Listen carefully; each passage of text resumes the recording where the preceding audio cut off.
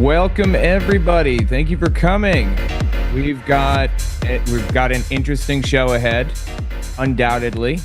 If you want to call in and debate us, the number is 1-720-619-2288 or online. It's in the description if you want to check that. 720-619-2288. We're going to be debating some theists and stuff. Anything interesting going on in your life, Forrest? It's the summertime now, which means finals are over and I can get back to work. So I'm currently setting up, I'm trying to get 3 videos done right now, including just a massive, major, I don't want to spoil anything, but like one of the weirdest things that I think has ever happened to me in my entire life happened, and I'm making a video about it. It's strange.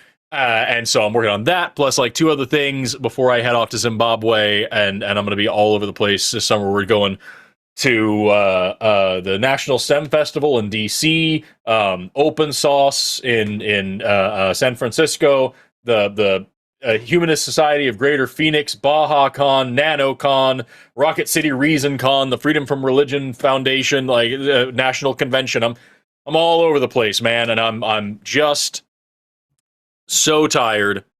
Sounds very busy. Yeah, it's insane. It's insane. But I'm trying. I've got no travel planned for May, and so I'm trying to use this time as much as I can to get like 3 videos cranked out, and then I can like be a little bit more relaxed until August. You know? Very nice. Yeah, absolutely. That'd be great. Well, I have canceled all of the places that I was going to go because I'm going to be having a baby in the next month. Oh my gosh. Yeah. Crazy. Yep, 37 weeks. So any 5 minutes now, pretty much. Well, you exciting. look great for being that far along. That's incredible. Thank you. Yes. Anyway, yeah, it's pretty exciting. So we'll see. Hopefully everything goes smoothly and everything. But Amazing. I was supposed to go to like the SSA convention and stuff, and I'm just not going to be able to, sadly. So anyway, yes, don't forget, give us a call. 720-619-2288. Looks like we have some callers lining up that we're going to hit in just a second. Actually, you know what? We can hit them now. You ready? Yeah, I'm down to jump right in. All right, cool. Let's bring in Aaron, him from Arizona. What do you got for us, Aaron? So I had heard not too long ago that you said that what Jesus did was a terrible thing and that God was terrible for it. Who, me or Forrest? Forrest? Yes. Sorry, names are not my strong suit.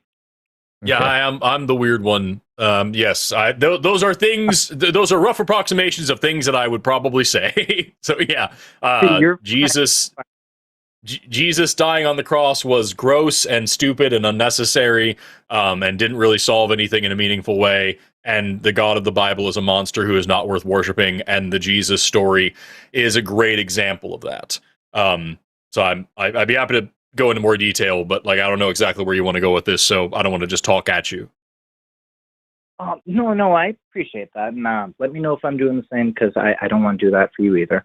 I think it did solve a lot. I think it does make sense to me. I don't think it's a barbaric thing, and I think God being the incarnation of all things pure, innocent, and holy, it makes sense that he would do something like that, in my mind.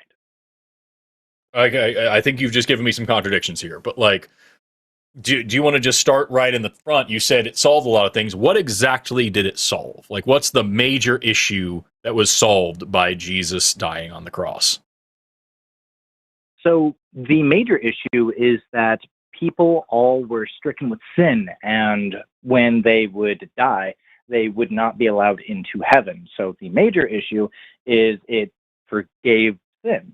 It allowed people to go to heaven. Go ahead. Sure. So why were people not allowed into heaven?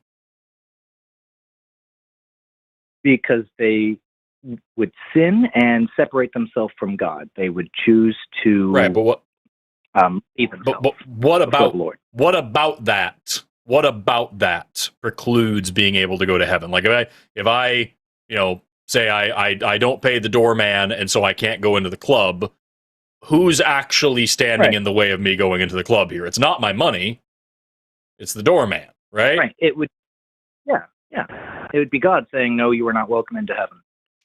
Right. So we have a situation where humans are full of sin. And so for thousands of years, up till the point when Jesus is crucified, all these people, just because of who they are and because of how they were born, of no fault of their own, they are sinners because they were born sinners. And until Jesus is crucified, none of them get to go to heaven. Right? Kind of, not really. So there were in the Old Testament, there were commandments, there were things, there were rituals you could do to purify yourself, but you'd need to go through and like sacrifice an animal, this, that, or the other, to have yourself temporarily cleansed and cured. And that is just not a continuable idea. It's not something that can go on for periods. God's concerned about sustainability, sure. Let me get a little bit more close to the point here. Why are humans sinful and in need of this cleansing of Jesus? So, in my mind, that goes twofold. First fold is Garden of Eden, obviously, having partaken of the fruit of forbidden knowledge. That means that we are all going to inherit some of original sin. It's not that you have done anything wrong, it's that you have been part of an uncleanliness. Regardless if you want it or not, that uncleanliness needs to be washed off before you can get into the pure house of God. Second is we all willingly choose sin. We all fall into temptations, be it lust, be it anger, be it what have you, be it many different things that separate us further from God. So the issue here is you're talking about we're just part of a lineage that is just dirty and needs to be cleansed. Like you even said, of no fault of our own, just who you are, how you're born. So it's like racism, but for the entire human race. You're just, by nature of what you're born as, dirty and unclean and in need of change and in need of saving. The point that I'm trying to get to here is when you put all this together, you have the whole Garden of Eden story, which is not a story of morality. The people didn't fail at morality. They failed at obedience. They were literally born yesterday. They did not know what right or wrong was. That's why, they had to eat from the tree of good and evil and all that. They didn't know what those things were. The thing they did wrong was that they disobeyed someone. That's the thing that they did wrong. So they failed the test of pure, blind, mindless, robotic obedience. And because of that, God, who knew what was going to happen anyway, because he knows past, present, and future and all this stuff, and could have prevented this in a myriad of different ways and made it better, instead of doing any of that, God lets this happen and then punishes all of humanity, especially women, by you said, by the nature of your birth now, forever, you're just evil and you need to be fixed. And rather than being a good and loving parent and saying, hey, I love you no matter what, and I understand you're going to make mistakes. You're human. I made you that way. He is now going to punish us eternally for the sin that he put in us, and the only way he can think to change that, rather than just forgiving, is by way of human sacrifice. So you are in a cult of human sacrifice that believes that one human sacrifice was effective at appeasing the wrath of a God that created the problem that he is now angry about. That's why I say this didn't solve anything. It didn't fix anything. All it did was create a loophole in a plan that was meaningless and stupid to begin with. And hey, let me ask you something real fast on that note. Why didn't God just give Adam a vasectomy and create a new breeding pair? They were going to die anyway, right? Just send them off into, like, I don't know, like North America or something, and let them live out the rest of their lives peacefully, sinning to their heart's content. And humanity would be perfect if you just created a new breeding pair. What was he thinking? I'm just some asshole over here. I'm not like a genius. Oh no, Why did I come up with that and not God? Let me explain. So, if I may, I don't mean to intrude, but when you're going on longer bits of explaining, your questions, I preferably would like them, segmented so I can answer one at a time. Because that last one, there was like 12 different things I wanted to talk about, but I also don't want to interrupt you. But for why God didn't, I don't have kids. I work with kids. Obviously, I don't teach them things outside of just the realm they need to be taught. But I understand caring for others. If someone does something that separates themselves from me, that angers, that upsets me, that specifically I told them not to do, I'm not going to sit there and say, well, now you're banished forever, just be gone from me, inherently, without trying to give them a way to make amends, trying to give them a way back, giving them a proper path forward. But there's nothing they could do to make amends. They didn't even make amends. They died without making amends. And most denominations believe Adam and Eve had their shot at perfection and are now dead forever permanently. So that doesn't even make any sense. I don't know how Adam and Eve... I also want to clarify, you can't make amends in this scenario. The only thing you can do is worship Jesus. That's the only... You can't make it right. You can't fix the problem. God created you sick. He put the sin in you to begin with. And then because he expected you to get it out of yourself, but because he knows you can't, he then killed a guy, and the only way you can be better is by worshiping the guy. That's not making amends. One, I don't think he put the sin in you to begin with. Two, there is nothing that we can do to make amends on our own. You're right. But it is not... When Jesus comes about, yes, he becomes the way, the truth, and the life. However, before him, again, there were other avenues out of sin, out of impurity. For Adam and Eve, I'll be honest, I don't really know how they ended up, where they went, etc. I don't know enough about them. I don't hear enough about it. That's not my big priority. For Jesus, however, how do I phrase this without ranting extensively? It's not that God had someone die and just, hey, we're all better. It's that he took the punishment for us. It's because the separation of God is death. To go against God is to go against all things that are good. To simply... But he didn't, though. Forfeit. What do you mean? I apologize. I didn't mean to cut you off completely. It's just like that. No, Jesus did not take the punishment for us. That's what the crucifixion was him taking what our spot should have been. Sure, he was tortured and he was killed. And depending on who you talk to, he went to heaven or he went to hell for a couple of days.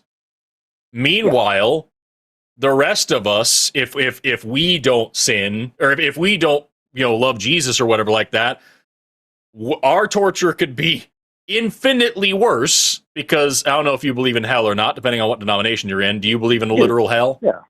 Okay. So Jesus didn't take it because we don't get tortured for a week, die, and then go to hell for 3 days. We go to hell for the rest of eternity for infinite conscious torture and fire. Much worse. And even when we're alive, that torture can be much worse.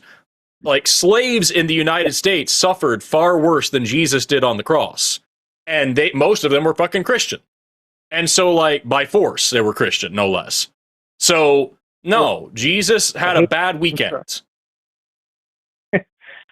I hate to interrupt. I'm going to try and break this down bit by bit so I don't, get confused and just start monologuing. It isn't... How do I phrase this? Jesus, one, he had a whole lot more torture. He had a lot going on with him. And yes, there's absolutely people that had physically more wounds than him, but it was a spiritual event. It was intending to mock. It was in everything that he is, it was designed to be the opposite of and force him to wear that. And outside of that, for the hell, hell is, my understanding, simply a separation from God. What God is not is hell. And if you are saying, hey, I don't like living with God, I don't like these rules, I don't like these conditions, I want to be outside and separate from you, God says that is your choice. And even though he regrets it and it is saddening to him, you still live without him. You live without any of his blessings of hope, any of his happiness, anything good, as he is all things good. It's not, just to be clear, go ahead. Just to be clear, I'm still hung up on what you said at the beginning about how Jesus had more than just physical pain. As I said a minute ago, and I'm going to repeat this, slaves suffered more than Jesus on the cross. And I'm not just talking about physical pain there. I don't think that that's an arguable point. And so when we talk about this stuff, what I'm trying to get across to you is the lives of real human beings have been vastly worse than anything Jesus ever could have imagined. And you're telling me that he took all the suffering, all the punishment necessary for our sins. No, he didn't. And even if he had, I would still say that that is a horrible situation that didn't need to happen. The fact that this God is so unloving and so unkind that he thinks that it is appropriate for people to be tortured and beaten and mocked and humiliated and crucified for our sins that, again, he could have corrected for, he could have fixed, he could have changed, or he could have just forgiven and let go of, tells me what a monster he is. Yeah, why doesn't he just forgive? Why did Jesus have to die? I think is, the key question here. What? This is, I'll give you an analogy later, but let's start where he had started first, which is the suffering. Again, physically, I believe you might be right, even though I've heard it is absolutely gruesome for what's happened to Jesus also. But it was not just physically. Not just physically. Slaves suffered more than Jesus in every way. Physically, mentally. I don't believe in spirituality, but if you want to talk about spirituality, I know that's for sure true as well. Every way. The issue is, and why I disagree, is because Jesus, while he was up on the cross, had accepted and taken on every human past, present, and future's pain, suffering, torment, anguish, any negative you could feel, he was dealing with on the cross at the same time. It was blinding. It was more than that. It was enough to send God to hell. Where does it say that? Where does it say that in the Bible? It's just made up, right? I mean, I didn't hear. I haven't heard a damn thing about that. About him taking on all of our suffering? Yeah, specifically about him experiencing the suffering of every human being, past, present, and future, while he was on the cross. You could maybe justify saying that Jesus died for everyone's suffering, but there's nothing, as far as I know. Or that even if you want to say he was so immensely compassionate that he bore the burden of it, but to say that he physically and mentally experienced it, that's citation needed. That's a big claim. Okay, and okay. Even if you get again, yeah, please. And when you get it, if you get it and you can prove it to me, I'll say yes, that's true, and that makes this story even more awful. Otherwise, I will concede that point if I cannot find it before the end of this call. Okay. Well, I'm sorry. Remind me, what was the other point that we were talking about? Sorry for the sidetrack. The other overarching point is, why doesn't God just forgive? I don't have any children, but we're supposedly all God's children, and I do have people in my life that I love very much. There is not a single thing that they could do that would make me want to send them to hell.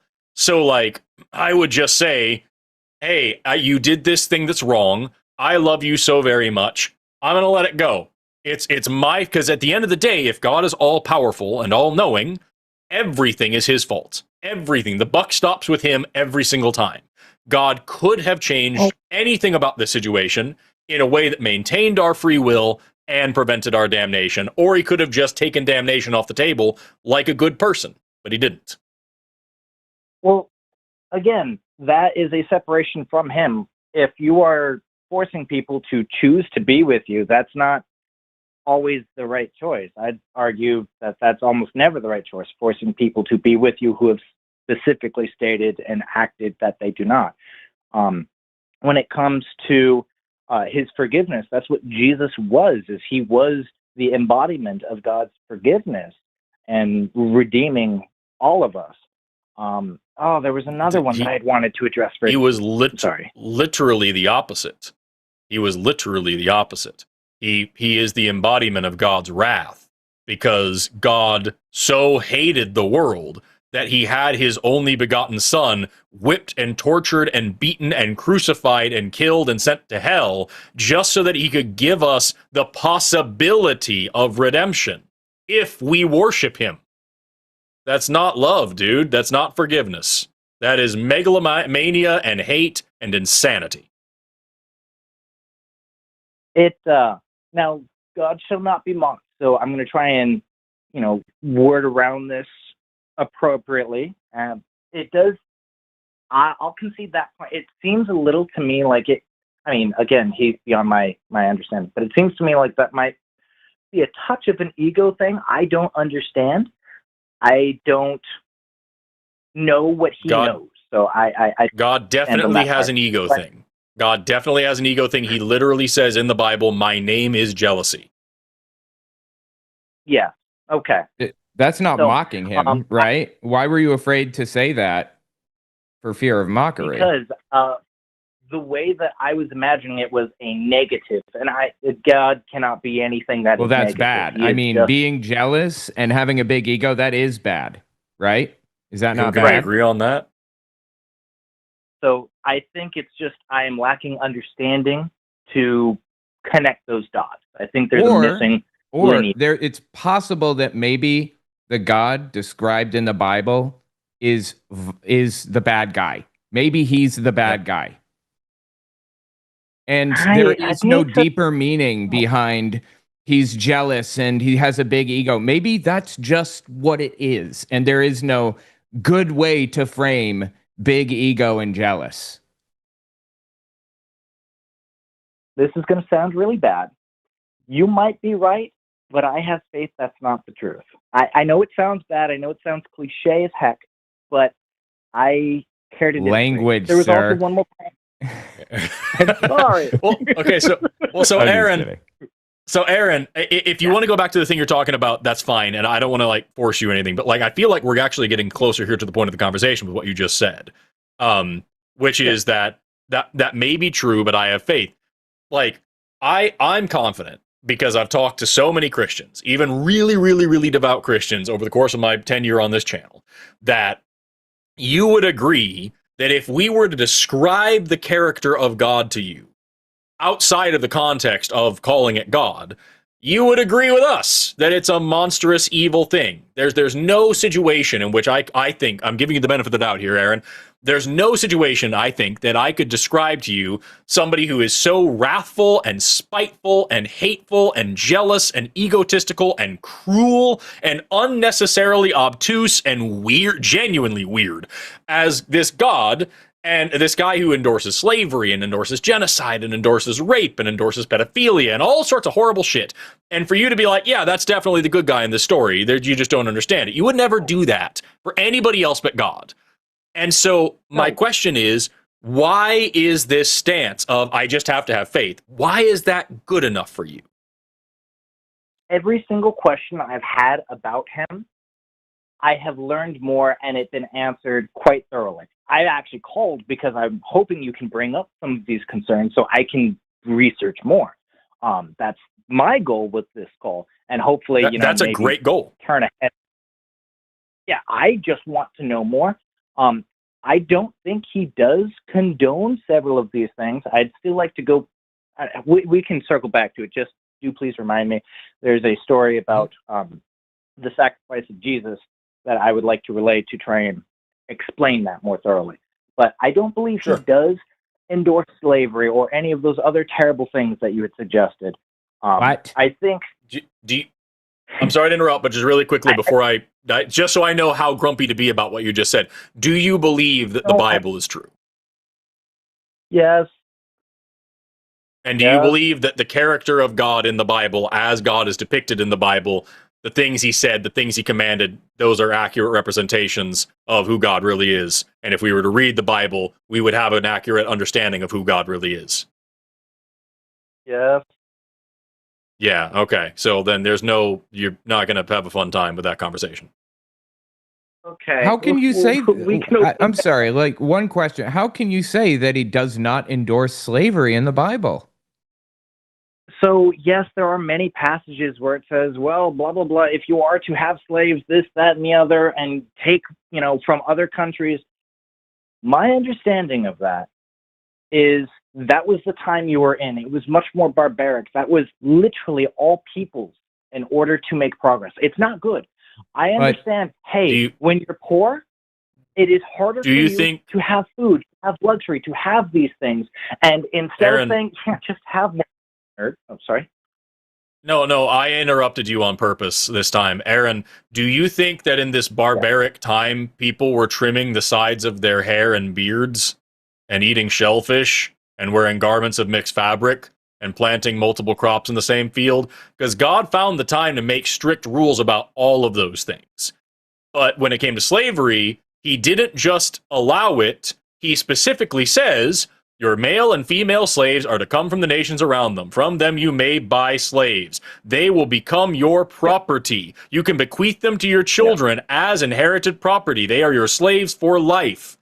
He told you to do it. He didn't say allow it. He said, yeah, go do it. This is where you get them from. This is where how hard you beat them. Here's the difference in Hebrew slaves and non-Hebrew slaves. If you get a Hebrew slave, you're supposed to let him go, but you can keep his children forever, and you can keep his wife forever, and if he wants to be with his wife and kids, you got to keep him forever too. He was for it. He was pro-slavery. He wasn't allowing slavery. He was pro-slavery. Yes, and also his morality is never changing, right? Like, God is all-knowing, all-wise, and unchanging through time. So that means that slavery, his position is the same as it has always been. It's either wrong today, and he was wrong back then, or it's right today, and it was right back then, right? I'm gonna try to explain my point through an analogy. Do any of you play chess? Yes. Brother, I'm gonna let this happen for a second, but I'm pretty worked up about the fact that we are having to have an analogy about chess to understand why slavery is okay. Not to say slavery is okay. That is outright, always, forever wrong.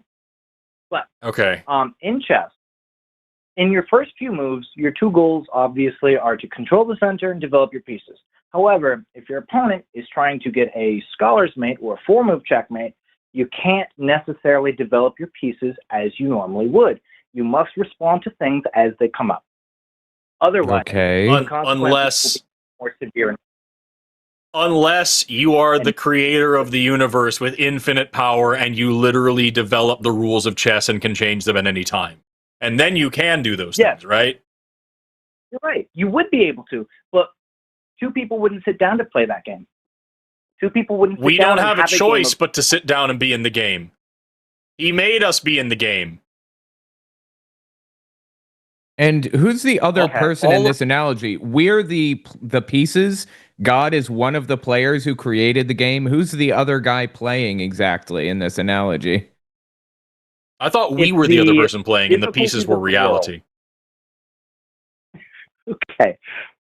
Yeah, no, I understand what you're going for here, but like you have to get that every analogy falls apart when one of the people in the analogy has unlimited cosmic power to do absolutely anything and literally writes the rules of the game. That's why I said a minute ago, no matter what we're talking about, the buck stops with God. There is no situation in which we can say, well, God had to do this, or God was forced to do this, or God had no choice but to do this. If God is God and he's all-knowing and all-powerful, everything ever is his fault, forever, period. Right? For the analogy of no, let me explain. I'm not trying to rage bait you, I promise, and I'm sorry if it's coming off like that. I truly don't mean it. Okay. For the analogy, if cosmic creator created chess and two people sat down to play and then they started changing rules, it still wouldn't be chess.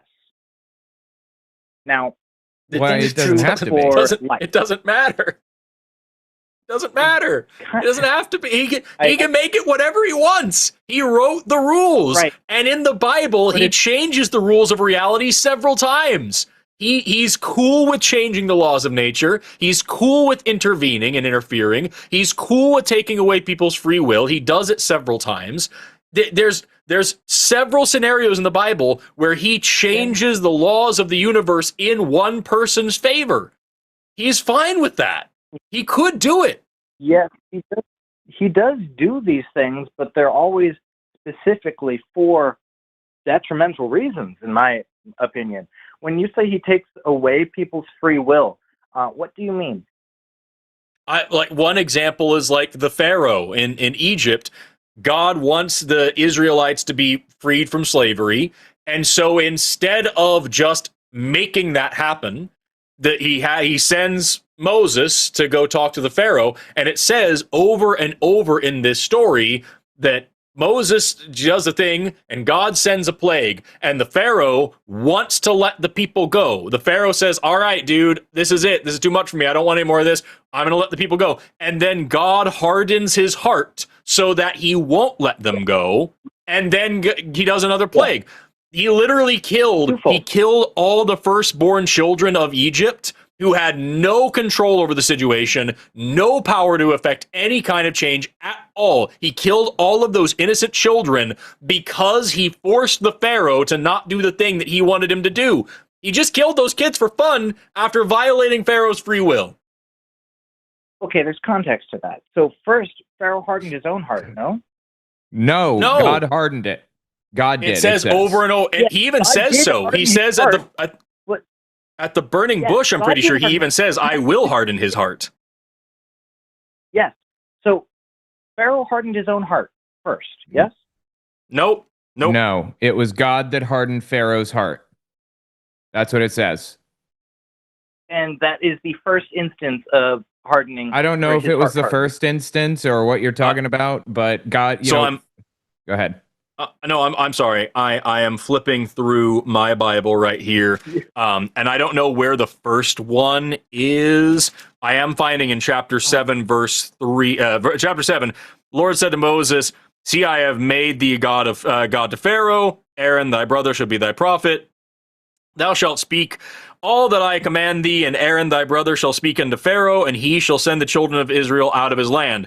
And I will harden Pharaoh's heart, and multiply my signs and wonders in the land of Egypt. But Pharaoh shall not hearken unto you, that I may bring my hand upon Egypt, and bring forth mine armies." Sorry, this is I have KGV version. It sucks ass, dude. It's okay. You're fine.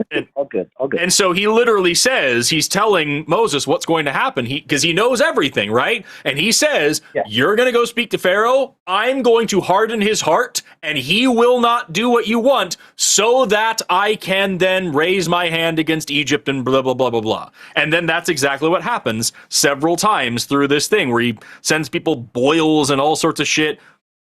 And it says over and over, like, the Lord, this is in chapter 10, the Lord said unto Moses, "Go in unto Pharaoh, for I have hardened his heart and the hearts of his servants, that I may show my signs before them." He literally says, I have taken away their free will so that I can bring another plague and make the innocent civilians of Egypt suffer, and then eventually kill their children. He says it over and over and over. So, if I recall correctly, Pharaoh hardened his own heart. I believe it was 4 times before God hardened it. God knew Does that make it was better? going to happen. I could know. This is in chapter 11, verse 10. It says again, and the Lord hardened Pharaoh's heart, so he would not let the children of Israel go out of his land. It says over and over, even in this one. I think this one actually says that he wanted to. There's a couple in this where it says that the Pharaoh wanted to. This is in chapter 10. This is the last chapter, verse 27. But God hardened Pharaoh's heart, and he would not let them go. Yes. Let me explain. So that's part of Pharaoh's, if I remember correctly, that's part of Pharaoh's punishment because he had hardened his own heart first. God knew it was going to happen, and as punishment, he forced him to double down on his mistake. So as punishment for the Pharaoh, let's assume I believe what you're saying. I don't think that's true, but let's just say. So the Pharaoh was an asshole and wanted to keep slaves. And so to punish the Pharaoh, God took away his free will and forced him to continue the evil of slavery while God killed innocent children and smote the people of Israel with boils and killed all their crops and their farm animals and all this other shit. God did all these terrible things to all these innocent people while violating a man's free will just because that man didn't already do what God wanted him to do in advance. Yes, and I'm sorry, I looked this up to be sure, and no, Pharaoh did not harden his own heart. That was the first instance of Pharaoh's heart being hardened was God saying he was going to harden it. What? Well, that's because I'm going all the way back to the burning bush here. Like I've gone all the way back. I found the first instance that this is mentioned, which is in chapter 4, when God goes to the burning bush. And in chapter 4, verse 21, the Lord says to Moses, "Go and return to Egypt and see the wonders before Pharaoh. I will have put in thy hand, but I will harden his heart that he will not let people go." Yeah. So the first time that I know of that this is mentioned, it never says Pharaoh did this on his own. From the first instance all the way back at the burning bush in chapter 4, God says, I will take away his free will. Go tell him to release the slaves. I'll make sure he doesn't. And then I'm going to punish the children of Israel. Or children of Egypt, pardon me. That is the first instance. Yeah. So that still is not a act. Him declaring that something will happen isn't him immediately doing it. I would like to make that clear. Second, I don't tend to know. Yes, he does. My wife brought me, is this a Mexican pizza? What is this? This is horrible. I believe. Sorry. I believe. No, I'm laughing. Go ahead. You're fine. I believe it's because Pharaoh hardens his own heart, and that God simply doubles down and does not allow that to change his consequences. And even though he knows that it's going to happen, just like if someone's running straight into a wall, just because I know, like, they're going to collide with a wall, it doesn't mean that I am the one doing it. Pharaoh had chose to. Now, I don't know why God had hardened his heart further, and then... I'm sorry, hold on. That doesn't make any sense. So, God made the decision to harden Pharaoh's heart, and you're saying that Pharaoh hardened his own heart, and as punishment for making a bad decision, God is going to... So, for punishment for steering toward a brick wall, God is going to force the steering wheel toward that brick wall and not allow him to change that, is what you're saying? Like, that's incorrect because God said he was going to harden it. But forgiveness and love. Yeah, it's still psychotic. Even if it wasn't incorrect as it is, it's psychotic. I'm sorry. I don't know. I have heard, and I this is one of the things I need to look into more. I have heard that with the death of the firstborn, with Passover, that was supposed to be one of the incarnations of the coming of Jesus. And for those who did accept Jesus and accept life being what Jesus is, they were passed over. And for those who did not accept Jesus and not accept life, their life was forfeit. But I don't know. I need to look into that more. I might have missed your point here, but nobody accepted Jesus. This was thousands of years before Jesus. Right. It was more. You are right. So these children, these innocent children had to die so that God could drop a teaser for Act 2, which was going to happen thousands of years after any of these people existed. I had no clue why. I'll be honest. Oh, here, let me is just. there any reason why that would be good enough? If it is like that, if it is because those who had put the mark with, I believe it was lamb's blood, on their home are symbolizing, Jesus and salvation, and those who did not had fallen. But I don't think that it should have been their issue for someone else's consequence. I imagine that was one of the only ways to have him regret his decision, for him to understand the weight of his actions. I don't know. He could have. I need to look into that more. But he could. But what? But we're arguing over the fact that God took away his free will. He wanted to let so God didn't want him to do the right thing until he was sufficiently sad about it. What?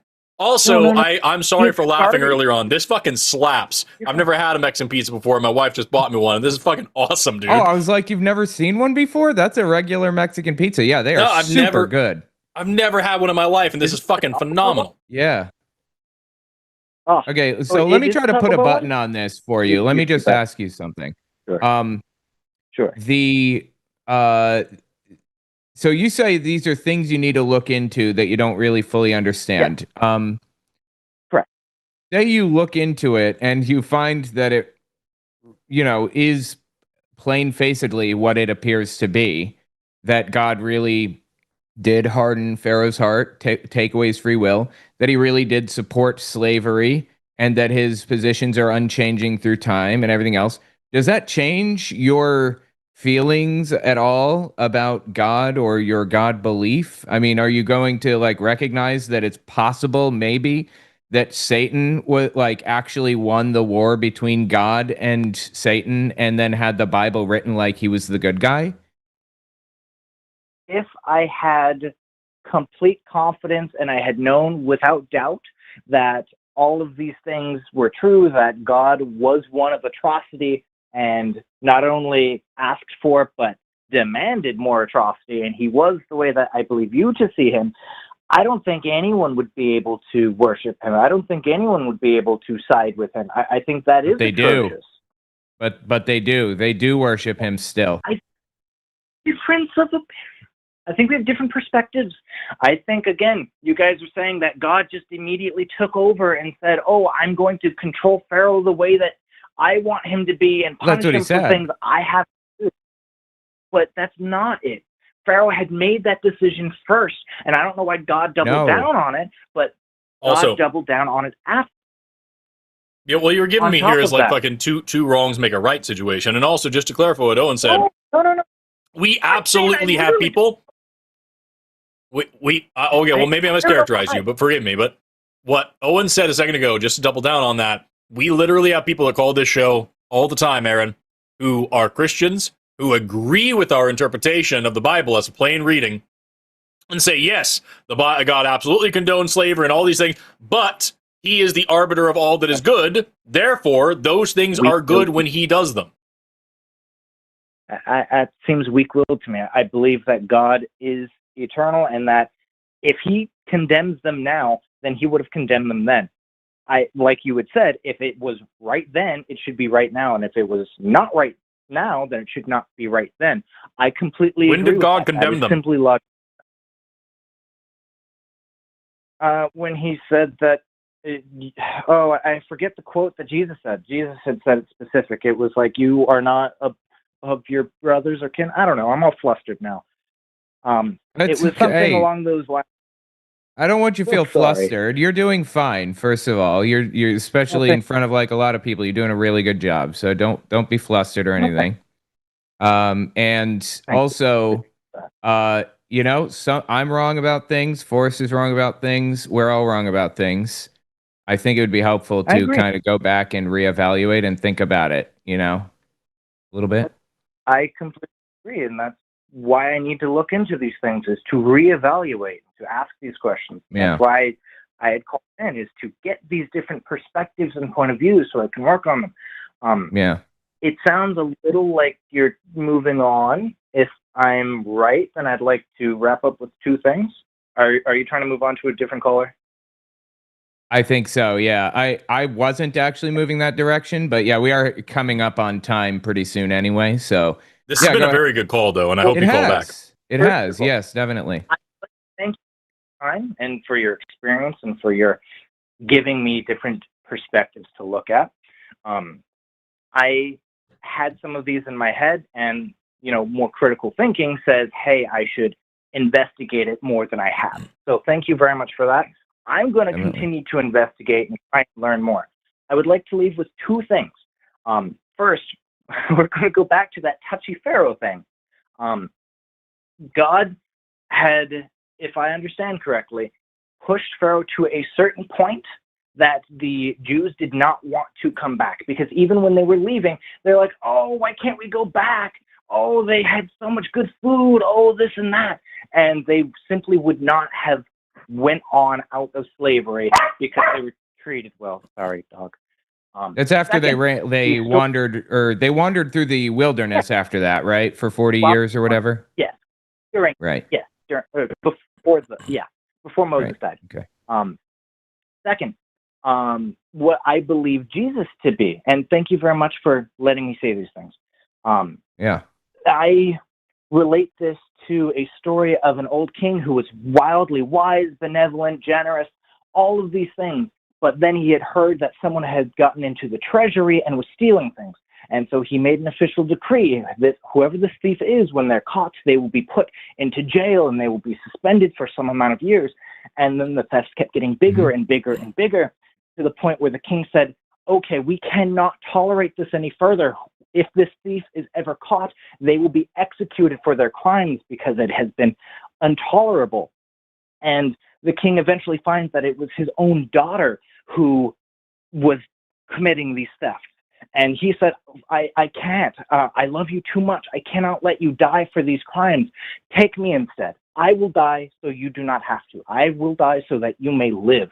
That's what I think of when Jesus comes to the cross and what God does, sending his son down so that we may live. It's out of love, not out of just mutilation.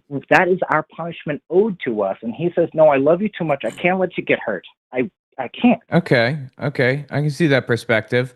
I just think that putting the death sentence on stealing something in the first place, when you have infinite of those things as God and it literally costs absolutely nothing, like you can do whatever you want, is kind of messed up and psychotic and bizarre. But yeah.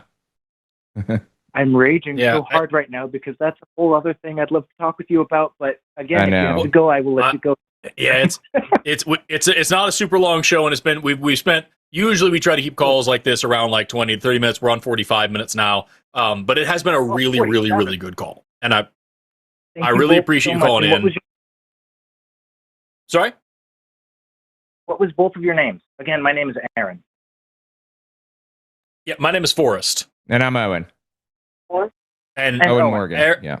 Yeah, Forrest and Owen. And Aaron, what I would encourage you, we talked about slavery a little bit. The last thing, you gave us something that you wanted us to think about. The last thing that I want you to think about on top of all this, we talked about slavery quite a bit and in this thing.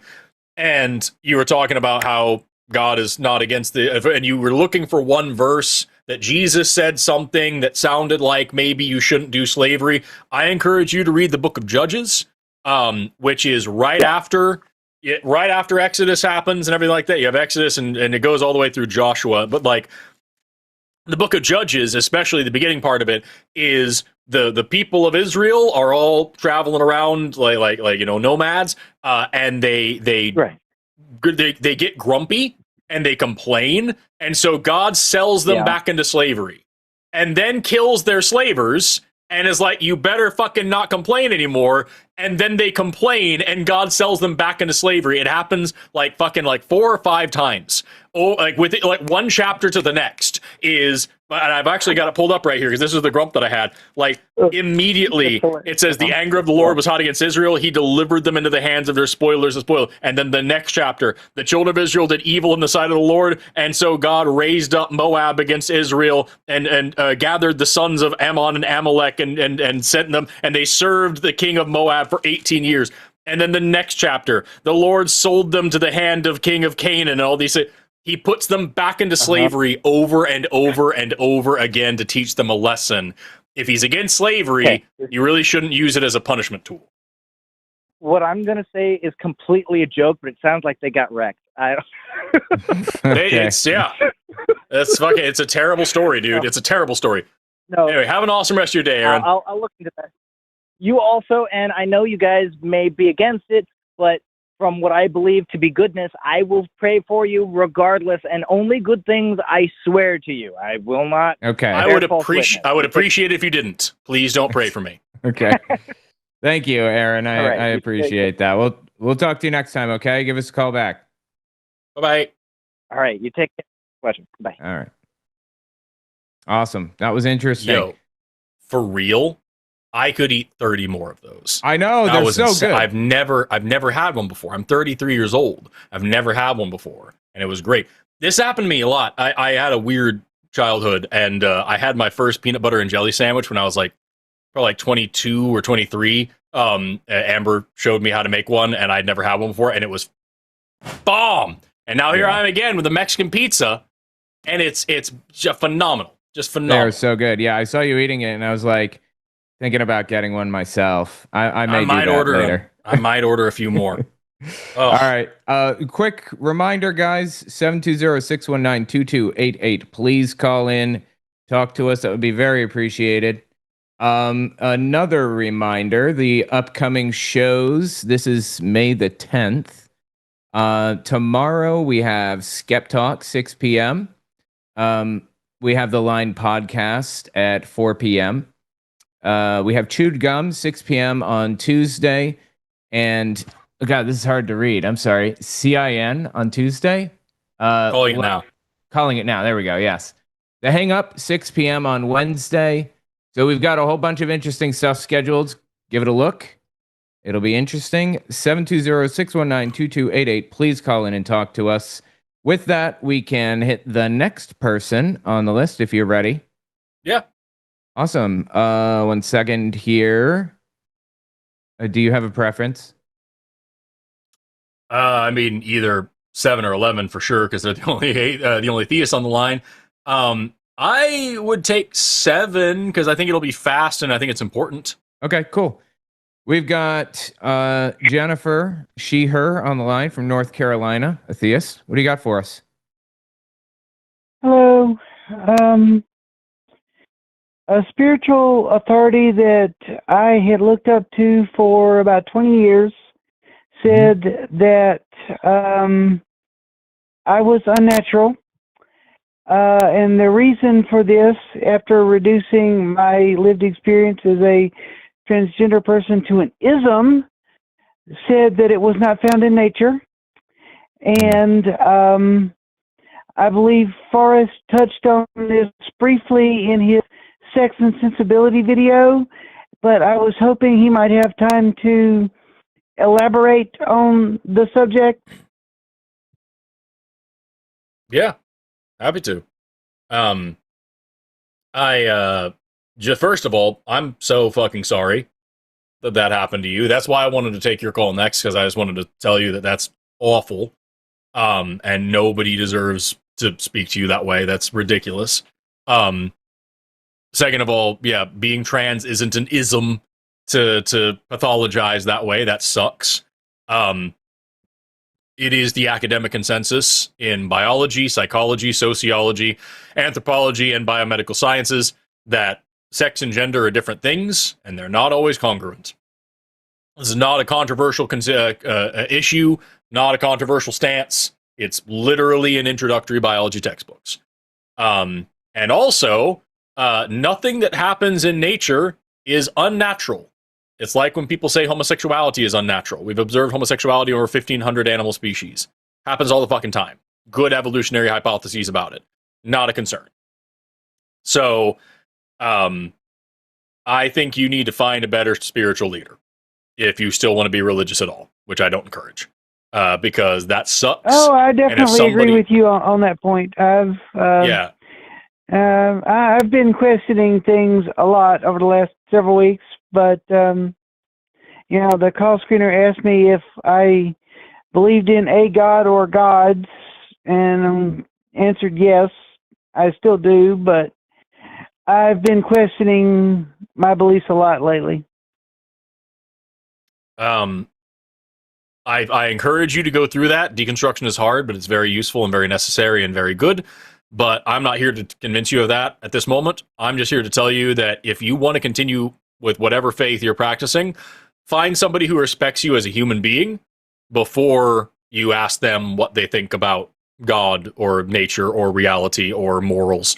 If they're going to talk that way about a person, especially while believing in a God that doesn't make mistakes and that is all loving and all kind and all knowing, I don't think that person's worth listening to.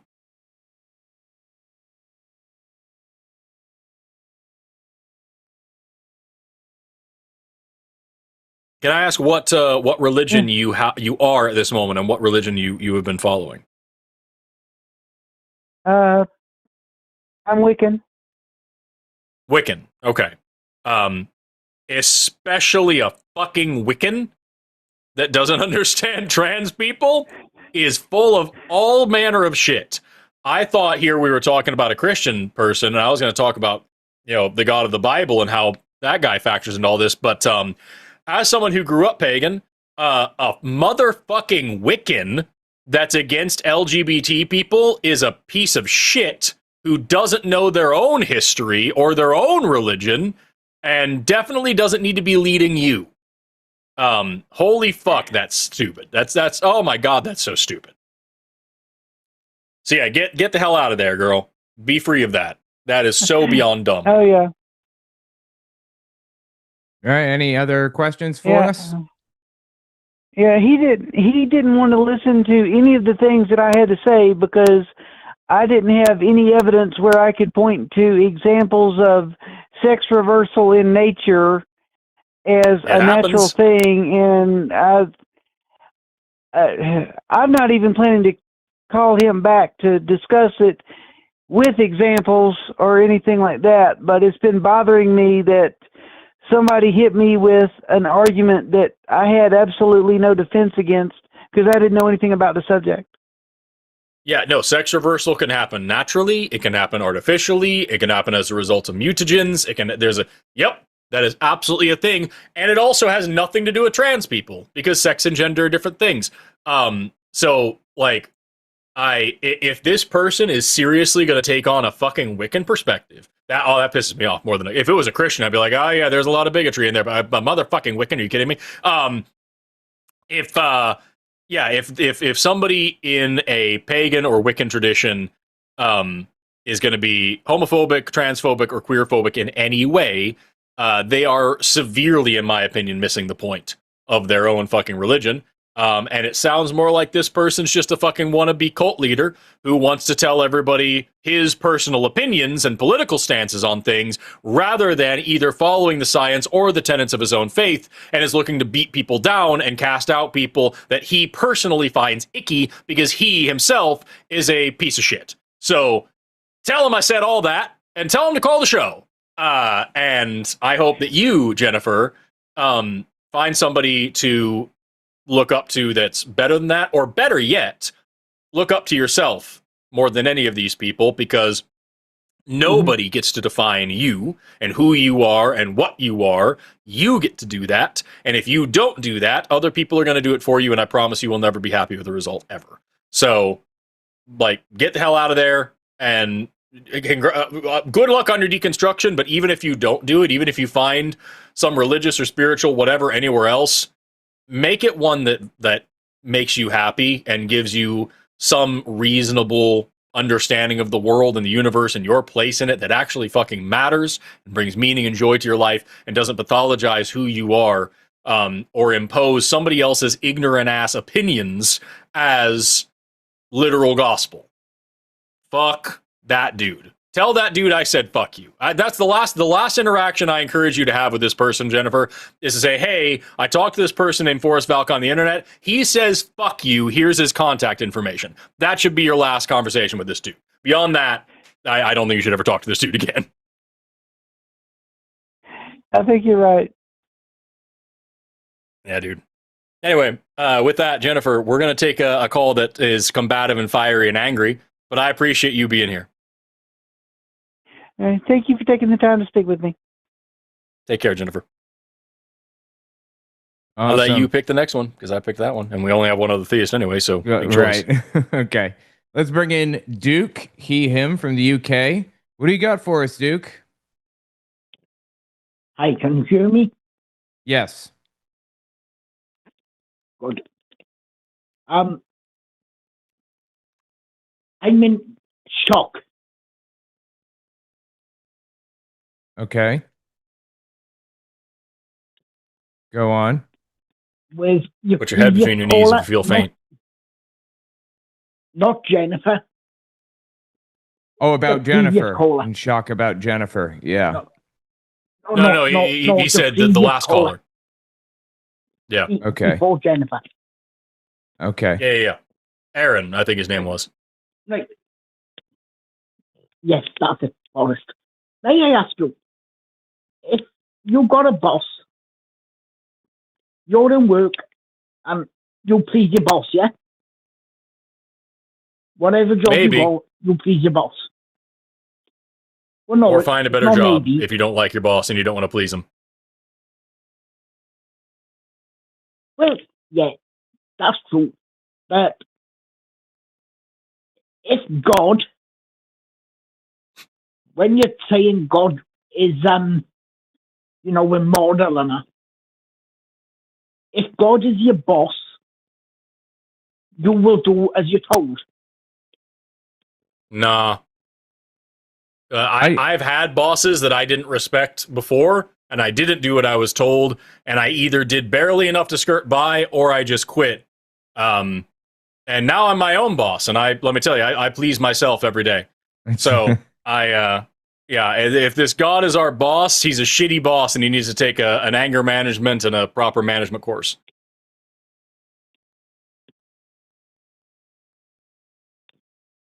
Well, You may God bless you. disagree? No, thank you. Yes, of course I disagree. You're not getting my point, you. No, your Owen, point, Forrest. I think, Duke. Duke, your point is that might makes right, and God is in charge, and so we can just fuck off because we should just do whatever God says. And I'm telling you, that's a terrible option, and I don't want to live in that world. And even if your God was real, I would never worship him.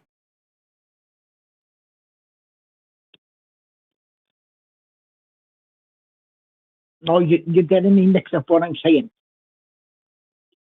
Back in the day, 2,000 years ago, God gave the commandments, and they had to do what he said. And he was the boss. And I was trying to say to you, if you was, working at like a store or wherever you worked, you'd have to listen to your boss, wouldn't you? Well, I think they made a deal with God that he would protect them if they followed this list of requirements. They could have just fucked off if they had chosen to, and they would have just like continued with their lives in the context of the Old Testament.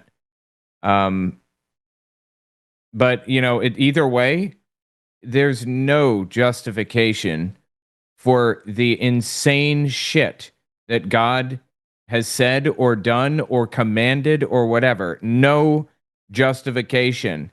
And if he wants us to do this or fuck off, I would much rather fuck off. Mm-hmm. But what do you think about the New Testament? What do I Not think much of the better. New Testament?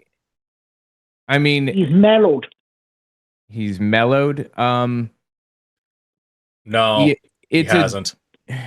I mean, the Old Testament stuff still kind of applies in large part to the New Testament, right? And either way, there are still a lot of expectations on us.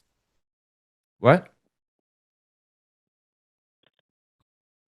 Go on, sir.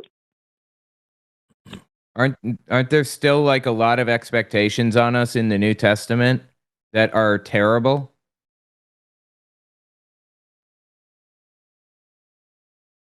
Right? And there's some stuff in there You don't think that it's terrible for Jesus to come along and say that he comes not to change the law, but to fulfill it, and that not a jot or a tittle of the old law shall change until all things come to pass at the end of the age, and that he comes not to bring peace but a sword, and to pit brother against brother and all that stuff?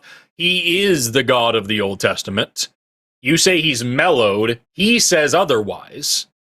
And just to be very clear about that, it isn't until we get gentle Jesus, meek and mild in the New Testament that we get the concept of hell in the first place. So eternal conscious torture in fire is Jesus's idea. Forrest, calm down. I'm not upset. I don't need to calm down. I'm speaking to you plainly. No, I'm speaking to you nicely and calmly. No need to be nasty. Okay, please. Duke, where exactly was I nasty? I'm passionate in the way that I speak. I always am. Sorry if that triggered you, Snowflake, but I'm not here to be tone policed. I'm speaking to you quite plainly. This is what the Bible says. The Bible says that hell is a real situation that we have to be afraid of. The place of the wailing and gnashing of teeth and fire and brimstone and a lake of fire, all that stuff, that's in the New Testament. So you say God's mellowed out. The God of the Old Testament didn't talk about eternal conscious torture in fire.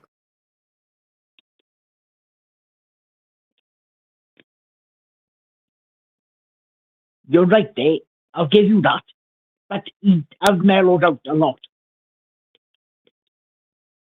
So when Jesus, just to be clear, Duke, when Jesus comes along and says, God is the same always, past, present, and future, God does not change, the old laws are still in effect, and I'm here to fulfill them, and also, bonus, you get tortured for eternity if you don't love me, you think that's mellowing out?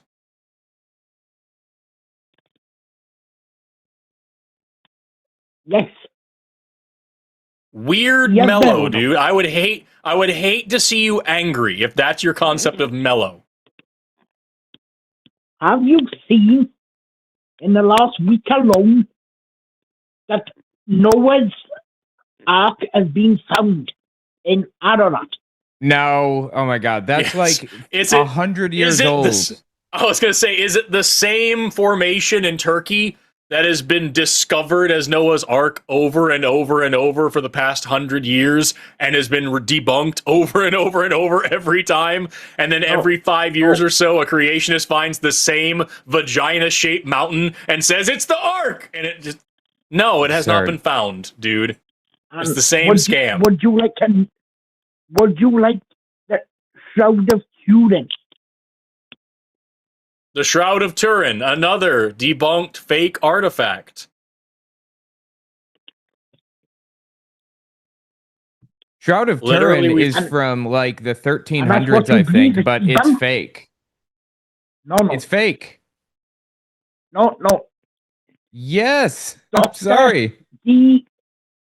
Type in Dr. D, I think it's Caro or something, in the last week. Okay, yes. Through mathematics that the Shroud of Turin is 100% Jesus Christ. And may God bless you both. Okay, Duke. So let's just say, first of all, I don't want to be blessed by your God. You can keep that to yourself. Second of all, let's pretend for a second that I agree with you and I say the Shroud of Turin really is Jesus. That proves that a guy named Jesus was wrapped in a rag. That does not prove that he was the Son of God, or that there was a God for him to be the son of, or that he walked on water, or that he turned water into wine, or that he healed the sick, or that he raised the dead, or any other part of the Bible. Doesn't prove a global flood, doesn't prove the Tower of Babel, proves dick. It proves there was a guy named Jesus who got wrapped in a shroud. That's all. That doesn't tell us anything. That's not how thinking works. And again, as I said to Aaron, and as I have said, I'm pretty sure to you, even if you could tell me this entire story was true, I still wouldn't worship your God. I would be the first to believe that he's real, but I would never worship him because he's a monster. And I also looked into this Shroud of Turin stuff, proven with mathematics. And there's a guy who self-published a book recently called The Shroud Equations. claims the shroud encodes That's pi, correct. the golden ratio, the square root of 2, and the square root of 3, and the fine structure constant across its measurements. It's numerology, right? It's just standard numerology. That's junk. the card or something. I'm sorry, say again? Is that Dr. DiCarlo or whatever his name is? Yes, that is the guy. No, that man, he was a fully blown atheist. And when he started studying the shroud, he turned into a Christian. I think Well, this he is knows- Jeremy Rogers is who I'm looking at right now. Jeremy Rogers. Is that the one you're talking about? I can't remember his name off the top of my head, to be honest. Okay, well, it's I- ridiculous. It's nonsense. And I can find the golden Well, ratio how do in you know? literally anything. Can you tell me, how you know it's ridiculous? Because I Can I don't tell want you you- to end up in hell. I'm sorry. Can you say that one more time? I'm having a hard time hearing. I don't want you to end up in hell. Oh, I'm okay. I'm. Yeah. I am. If you're so. You go ahead. I'll go. I am so confident that hell is not real that I am literally betting my life on it. I am 100% sure. I'm 99.9% sure this is all complete Please don't do nonsense. that. You know why I'm In so the name sure of of the that? Father, the Son, and the Holy Spirit. Okay, look. They give The what you reason I'm so confident it's nonsense is because it's full of contradictory claims. It's literally impossible for all of this stuff to be true at the same time. The beliefs that these people the beliefs that Christians hold contradict each other.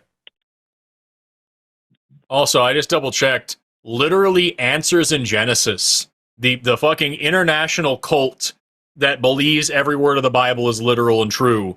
They don't believe in the Shroud of Turin. They're having stuff in here criticizing and critiquing its authenticity. That's crazy. Also, just I want to be clear, Duke, if your God tries to send me to hell, I'll just refuse to go. What's he going to do? Send me to hell about it? I'm not going. I'm not worried about it, man. He will send you to the brimstone of fire. Yeah, I'm not going to go, though. So what's he going to do about it? The worst he can do is send me to hell. I'm not going. I'm saying no. I refuse. And he can't do anything about it because, I'm just not going to do that. Well, yes, he can refuse. You can't refuse. God. Right, but if he says, I'm God, you have to go to hell, then I'll just be like, no. And then I won't. Well, He's not the boss of me. Yes, he is. He'll grab you by your hair and push you down. Well, then I'll fucking shave my head, dude. He's not fucking taking my hair. Just because he's jealous. Was he bald? Fuck him.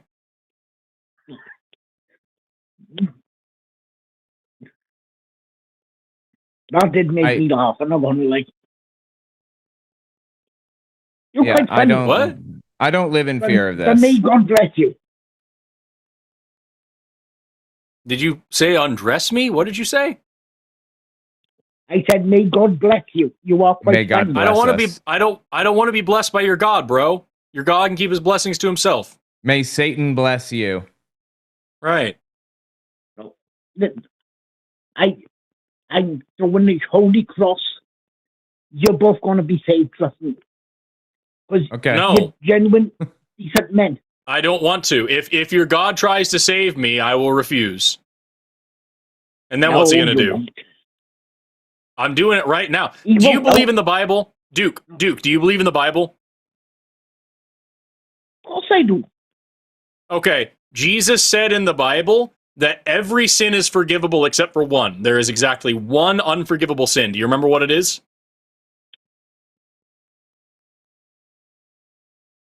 Obeying God. Obeying God is an unforgivable sin? I think you might have misheard my question. I asked you, Jesus said there is one unforgivable sin. What is the one sin that you can commit that you can never be saved from? You are bound for hell no matter what. You cannot be redeemed. What is it? Well, not believing in Jesus and God. No, nope. It's blasphemy. If Yes. you blaspheme the Holy Spirit, that is the No, one no, sin no, that is no. completely unforgivable. You've got that wrong, gentlemen. Let me double check. Blasphemy is forgivable. I think Jehovah's Witnesses call it grieving the Holy Spirit, and the way they interpret it is No, I'm if not you the just Jehovah's refuse Witness. to. Yes, I know, but I was. If you just refuse to be like a member of the religion, that's the unforgivable sin. In That's Jehovah's interesting. Witnesses. Matthew. You was a Jehovah's Witness. I was, used to be, yeah. That is very interesting. Yeah, 'Cause- I think so. About no, I'm going to tell you a story. So about- here, got it. Here, Duke, this is in Yes. the book of Matthew. Matthew chapter Right, 12, right. verse 31. I excuse me. I was in the middle of talking to Owen, and so Oh, I was reading you the Bible. I thought you'd care. Okay. when he was saying, I didn't realize he was a Jehovah. Yeah. To me, the Jehovah's, they worse than any religion. Worse than any religion. Okay. Weird. They worse than any Christianity. And because you leave your relatives die, you refuse blood transfusions, you're worse than the Quakers. Have you ever heard of the Quakers? Oh yeah. Why are you saying? yeah, I'm why are you saying familiar. he's worse than all these things? He's not a Jehovah's Witness. He used to be. No, I think he Yeah. said they are worse than the Quakers. I think. I'm sorry. Yeah, they are worse than the Quakers. Yes, I think that's that's what you correct. said, right? Yeah. Yes. Yes, that's correct. I don't. Yeah. I mean, I think that there are a lot of really bad ones out there. I'm in the UK.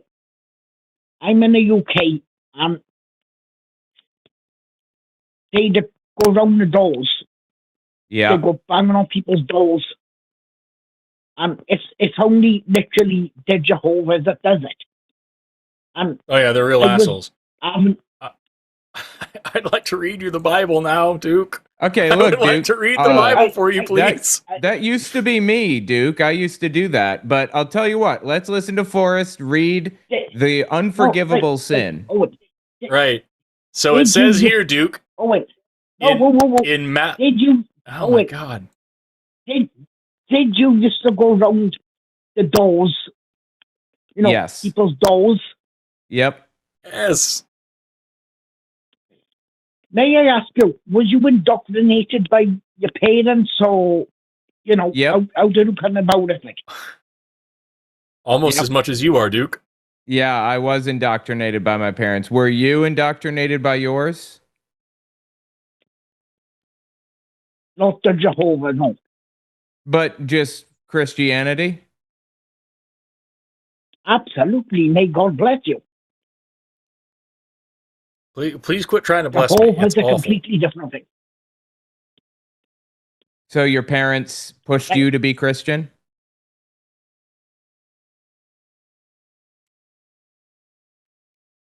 Everyone's got a choice, something, yeah?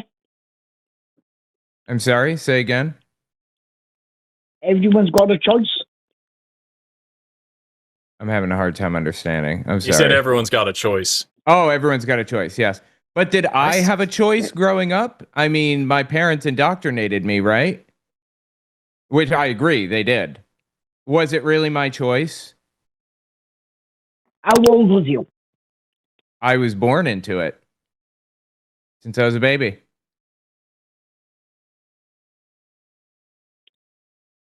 Okay. How old was you when you deconverted him? 18 years old. So you're telling me it took you from a baby to 18 years to deconvert? Yes. 18 years. Yep. That seems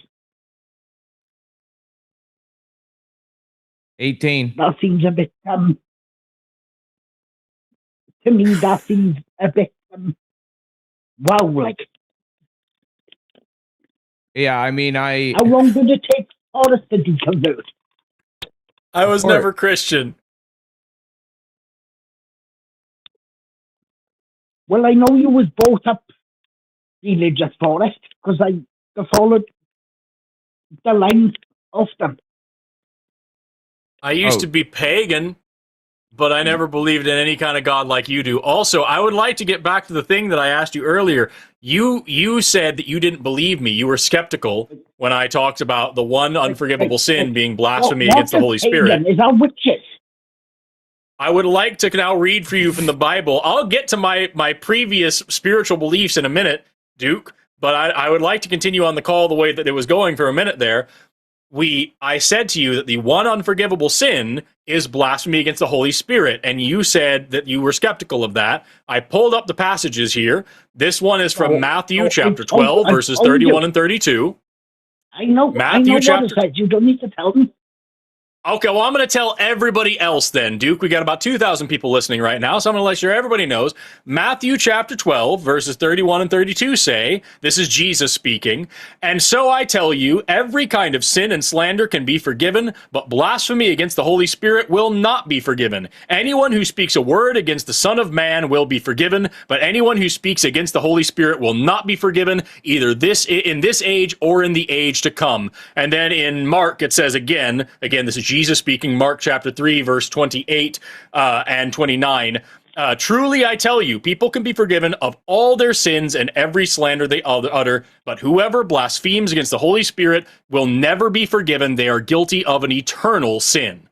So do we agree now that Jesus says, if I were to blaspheme against the Holy Spirit, I cannot be saved. I will never be saved.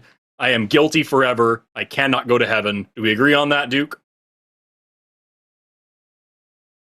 Certainly not. So you don't believe in Jesus? You don't believe that Jesus knows what he's talking about? Because I have blessed you and Owen Oh, to come to heaven. You're more powerful than Jesus? Wow. I didn't know we were talking to somebody who's more powerful than Jesus. No. Certainly Jesus not. said that, though, right? Jesus said that if you blaspheme, then you cannot get into heaven, right? Do you agree? I know deep in my heart, I bless you pay, and you pay will come to heaven. So you are more powerful than Jesus, because Jesus said 2,000 years ago that anybody who blasphemes against the Holy Spirit will never be forgiven no matter what. He says it in 2 different gospels. And now you're saying that your blessing is so powerful it overrides the will of Jesus. That's a misunderstanding. What's a misunderstanding? The words of the Bible, or you being so powerful that you can bless us out of hell? No, of course I'm not powerful. But right, so then you agree that Jesus in the Bible said something, and you are now saying something different. So who's right? Are you right, or is Jesus right? Both of us. So both you and Jesus are correct, even though you and Jesus are saying totally different, contradictory things? No, because I know in my heart, if I beg Jesus to forgive you and Owen of your horrendous things, he will bring you to heaven. Okay, so Jesus is going to take us to heaven against our will because he broke his rules because you begged him really hard to do it. So Jesus is a liar and a kidnapper, I guess. Do I have to do anything to get this? If you bless us in Jesus' name, do I just get to heaven? Jesus just sends us and that's the end of it, or? No matter what.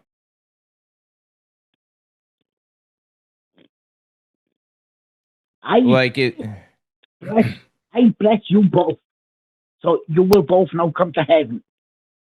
Cool. Well then, Duke, we're going to continue sinning and leading people away from God and blaspheming the Holy Spirit and living an amazing life. And we get to go to heaven anyway. It doesn't matter. So we're going to continue sinning and telling everybody else to go sin too. Go, everybody, pour out a sin on us. Go sin a little bit for me, because I get to go to heaven and you don't. Piss off, everybody. Sounds like a just and moral system, doesn't it? That's just rather rude, isn't it? Who gives a shit? I get to go to heaven anyway, if I'm rude or not. You said that no matter what happens, I get to go to heaven because you overrode Jesus and did something that Jesus said is impossible. So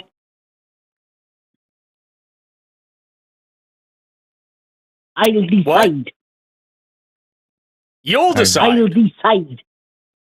Oh, so you decide who goes to heaven and hell. It's not God, not Jesus. You, Duke. You have the power of deciding who goes to heaven and hell.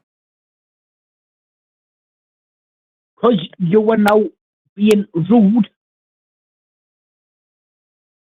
I blessed you in Jesus' name. But if you were being like you are, I can turn that down and put you down to You can hell. revoke a blessing? Who knew? I'm going to see how far we can go. Like, let's see how far we can get. Jesus said the blasphemy against the Holy Spirit is the worst thing you can do and is never forgiven. I hereby renounce the Holy Spirit. Motherfuck the Holy Spirit. Holy Spirit is a big old butt. This is the Holy Spirit. Duke. Fix it. Send me to heaven. Send me to heaven, Duke. Was that real? No. That was a soundboard. Duke, send me to heaven. Fix it. I send a driver for that because I genuinely thought it was real. Fix it. Use your magic powers. Can you explain to me now? Sorry? Can you tell me, Owen? Can I explain to you what? Are you the physicist? No, I am not. I'm a World War II church expert. And an ex-Jehovah's Witness, and I talk about cults a lot. And Duke, I hope you know we're just having a bit of fun here, but we don't actually believe in any of this, of course. Well, no, like I said, I was shocked that. So you used to go around knocking doors, yeah? I'm sorry, one more time? You used to go around knocking doors. Oh, yes. We're back on the fucking doors, dude. We are. Yes, I did. I did do that when I was tiny. In people's faces. Yeah, I was 2 years old when I passed out my first tract. You piece of shit. I know, yeah. I feel bad. My mom put it in my hand and told me what to say, using me as a prop for Jehovah's Witnesses. Yeah. In all fairness, the Boy Scouts did the same thing to me. I had to sell popcorn. It was a whole thing. Really? Interesting. Yeah. And then I told them I was an atheist and I got kicked out of the Boy Scouts. Really? That's crazy. A real fact. Yeah, it's true. They just stopped inviting me to meetings. Wow. I was in like 3rd grade, I think. And some kid asked me if I believe in God, and I was like, which one?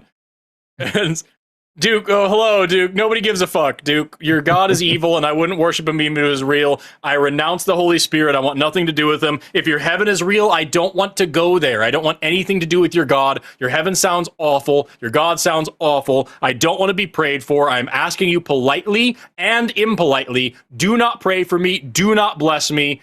Keep your God to yourself. Leave me the fuck alone with it. Have you ever? Have I been rude to you? Have I been rude to you, Mr. Valkai? I haven't been rude to you. I'm being very direct with you and telling you I want nothing to do with your evil God. Screaming at me and shouting at me. I didn't scream or shout. I haven't changed the tone of my voice once in this entire call. This is just how I speak. I think you're interpreting us as being mean when we're really not trying to be mean. This is just who we are.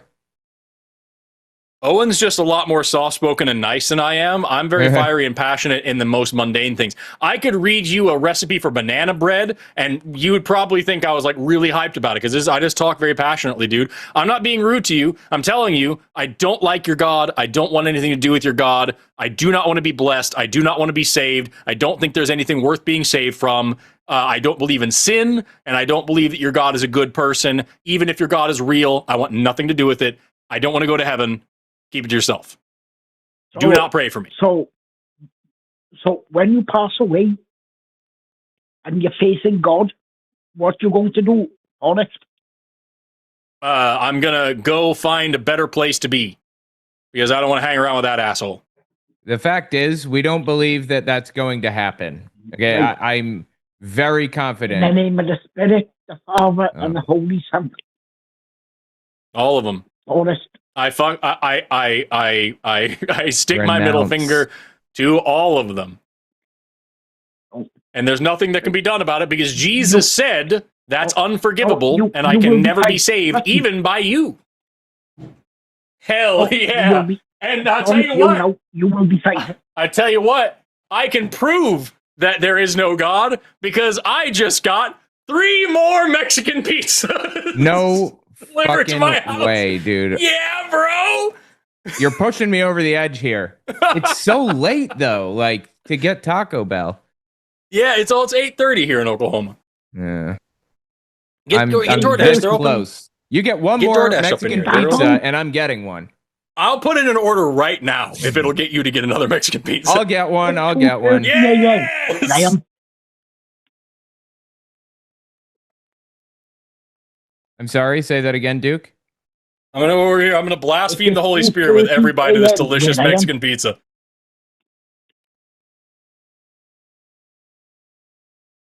Have you ever had a Mexican pizza, Duke?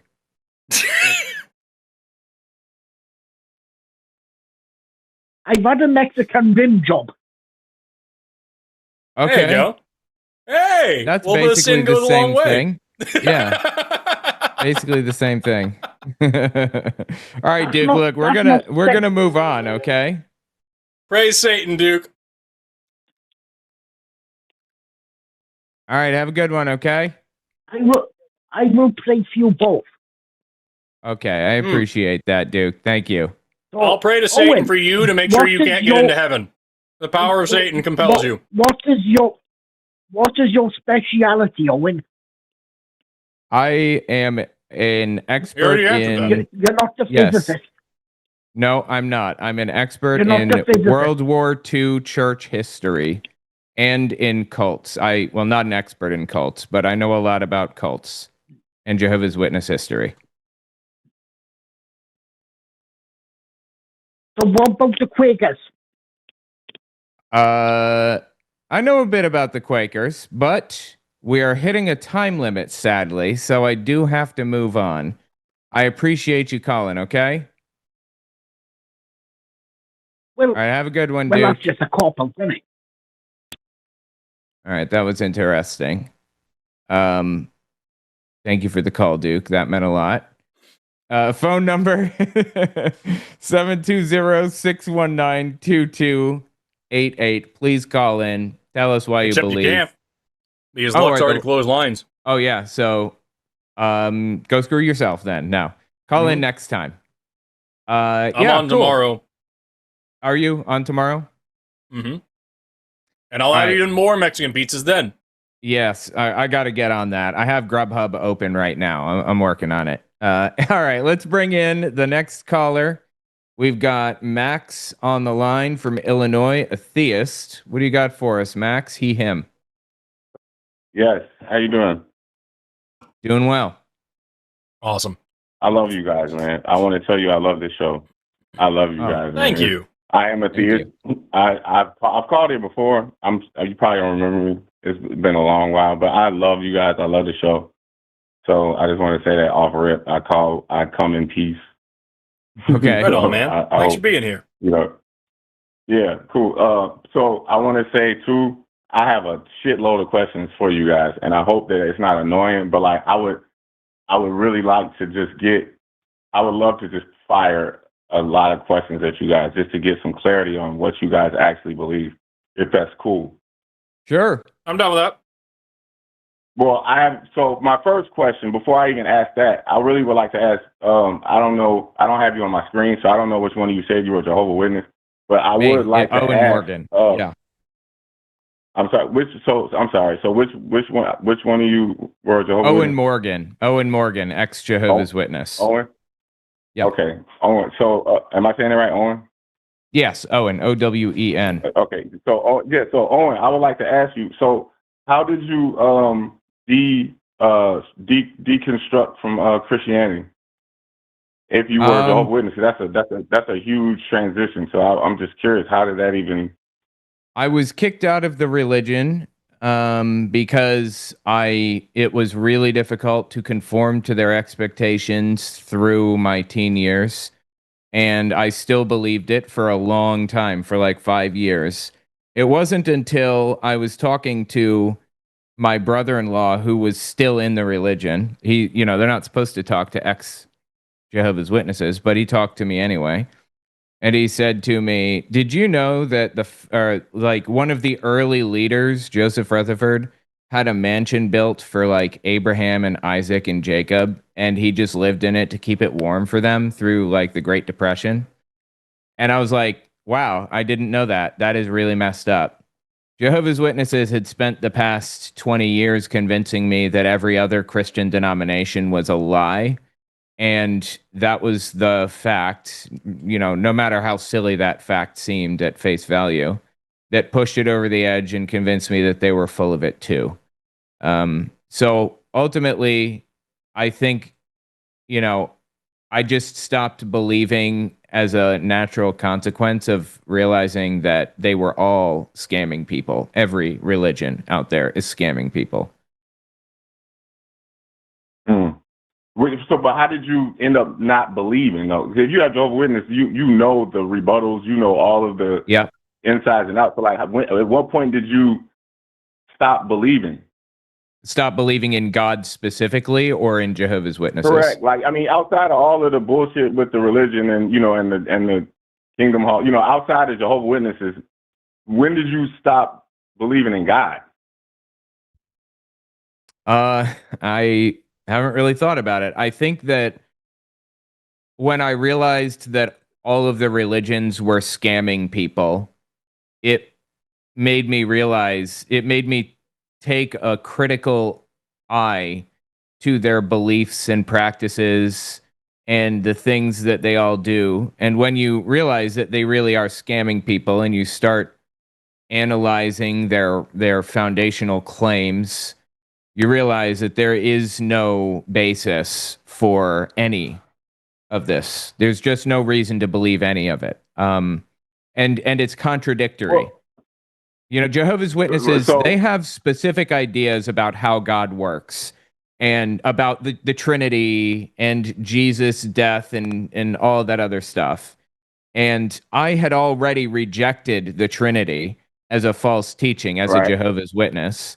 And when I realized they were full of it, I started looking at all of those foundational beliefs and realizing that they were all contradicting each other and all nonsensical. So, as I'm listening to you, I'm hearing you explain the religions again, but like, I'm trying to figure out, like, so at this point, you don't believe. I understand why you can think religion is bullshit and they're scamming people, but I still don't see how that transitions to you stop believing in God as a whole. Because everything you're saying, I believe, I'm with it. Let 100%, me put it this way. But I'll put it this way. I think that it's possible that there is a God out there of some sort, but the Christian God, absolutely no way that's real. Literally impossible, because it violates laws of logic and laws of literally everything else up and down. It's internally inconsistent. Did a God come in and spark us into being? Maybe, but I have no reason to really believe that either. So until I get some kind of hard evidence that this really did happen, I'm just not going to accept it. So You know? let me ask you this: so you don't believe anything in the Bible is true at all? Like, none, you think it's all bullshit, like a fairy tale? I mean, I think that it says that you should love your neighbor as yourself, and I think that that's good as a teaching Well, I mean, I'm not generally. even So I don't saying no. think I that's mean, bullshit. But outside of the morals. I'm sorry, I didn't mean to cut you off. You're good. Outside of the morals. Outside of the moral aspect, I'm saying just far as like the history. Do you believe any of like the characters were real, or do you don't, or do you believe it's just Some all of a them. fairy tale? Some of them were real. Moses was not. Jesus, I think, probably was. The reason that I say that is because that's where scholars fall on both of those two individuals. That's right. I'm not an expert on the Bible or like, ancient Near East history or whatever. So I just have to go with what they say. Some of it I think could possibly be historically accurate, but all the stuff about, God speaking to people and everything, no. There is no way that's real. What is your So okay, so let me shoot. So these questions: do you believe that faith is real? Faith, as in belief in things without evidence. I think that people do believe things without evidence all the time. But you think like when people pray and they get it and they say I have faith and it was like, do you think they're just going through like some type of retarded shit, or do you believe that maybe what actually could have been actual faith? I mean, I believed that somebody was on the other end listening to me when I was in Jehovah's Witnesses, but then I realized that, and we have studies to back this up, that there is no, that there is no difference between praying for something and not praying for something. Intercessory prayer is not real. It doesn't get people what they want or need or pray for otherwise at a faster rate than not praying for it. Also, Max, I just want to throw out there, we're not mad. You're not going to be dropped, but please don't use another slur because we're not into that stuff here. Right. Oh, I could have swore I just heard you say "fuck your God" but I'm sorry, but my bad. We did, but that's not a slur. I absolutely did, but My we bad. didn't use an ableist slur while doing it. So probably just My leave bad. that one out My of your bad. vocabulary way on the show. My bad. I my bad. Okay. So, but it was interesting what you were saying in regards to faith, because faith is right next to hope. So, like, some people look at hope as BS too. So, I just People look at hope as BS. I'm not sure what you mean. I mean, I think hope is valuable. like certain what's that guy's? I'm sorry. What did you say? No, you're good. Go ahead. No, like what they call it, nihilist. Was it nihilism or something like that? I think the word is Nihilist. Yeah, like they is that yeah, like they kind of look at like hope and like right. Like there's even people that look at choice as an illusion. Like some people don't believe choice is real. Like they are I forget what they call them. But there's people that look. So that's why I'm just trying to get a ground on what you look at as real. Because like when people say, okay, is God is real? I think that like, I'm all in for hope. I think that hope is good. Hoping to make things better, or hoping that things will get better, or hoping that motivates people to take steps to actually make things better. But so I'm not a nihilist, but free will is actually. Are you? Okay. Yep. But free will is a religious concept. concept. Free will is religious, not scientific. So I can get on board with that one for sure. If you have questions about nihilism, I'm right here for you. I love knowledge. I can talk to you guys all night. I've had some of the best conversations with knowledge. You guys are not only hilarious, but you guys have a lot of logic too. A very lot. But I try not to toot my own horn. Yeah, you guys are common sense. A lot of stuff is common sense. But I want to just make sure I say focus on just trying to get an understanding of where you guys believe it is real. So as far as sin, what is your concept? Do you believe sin is real? No, I don't. Nope. So I think so. So the reason I'm asking you these questions because I think, as far as your belief system, Mike, I've had this conversation before on here. I think your belief system in regards toward the Bible is, if you don't believe sin is real, that's cool.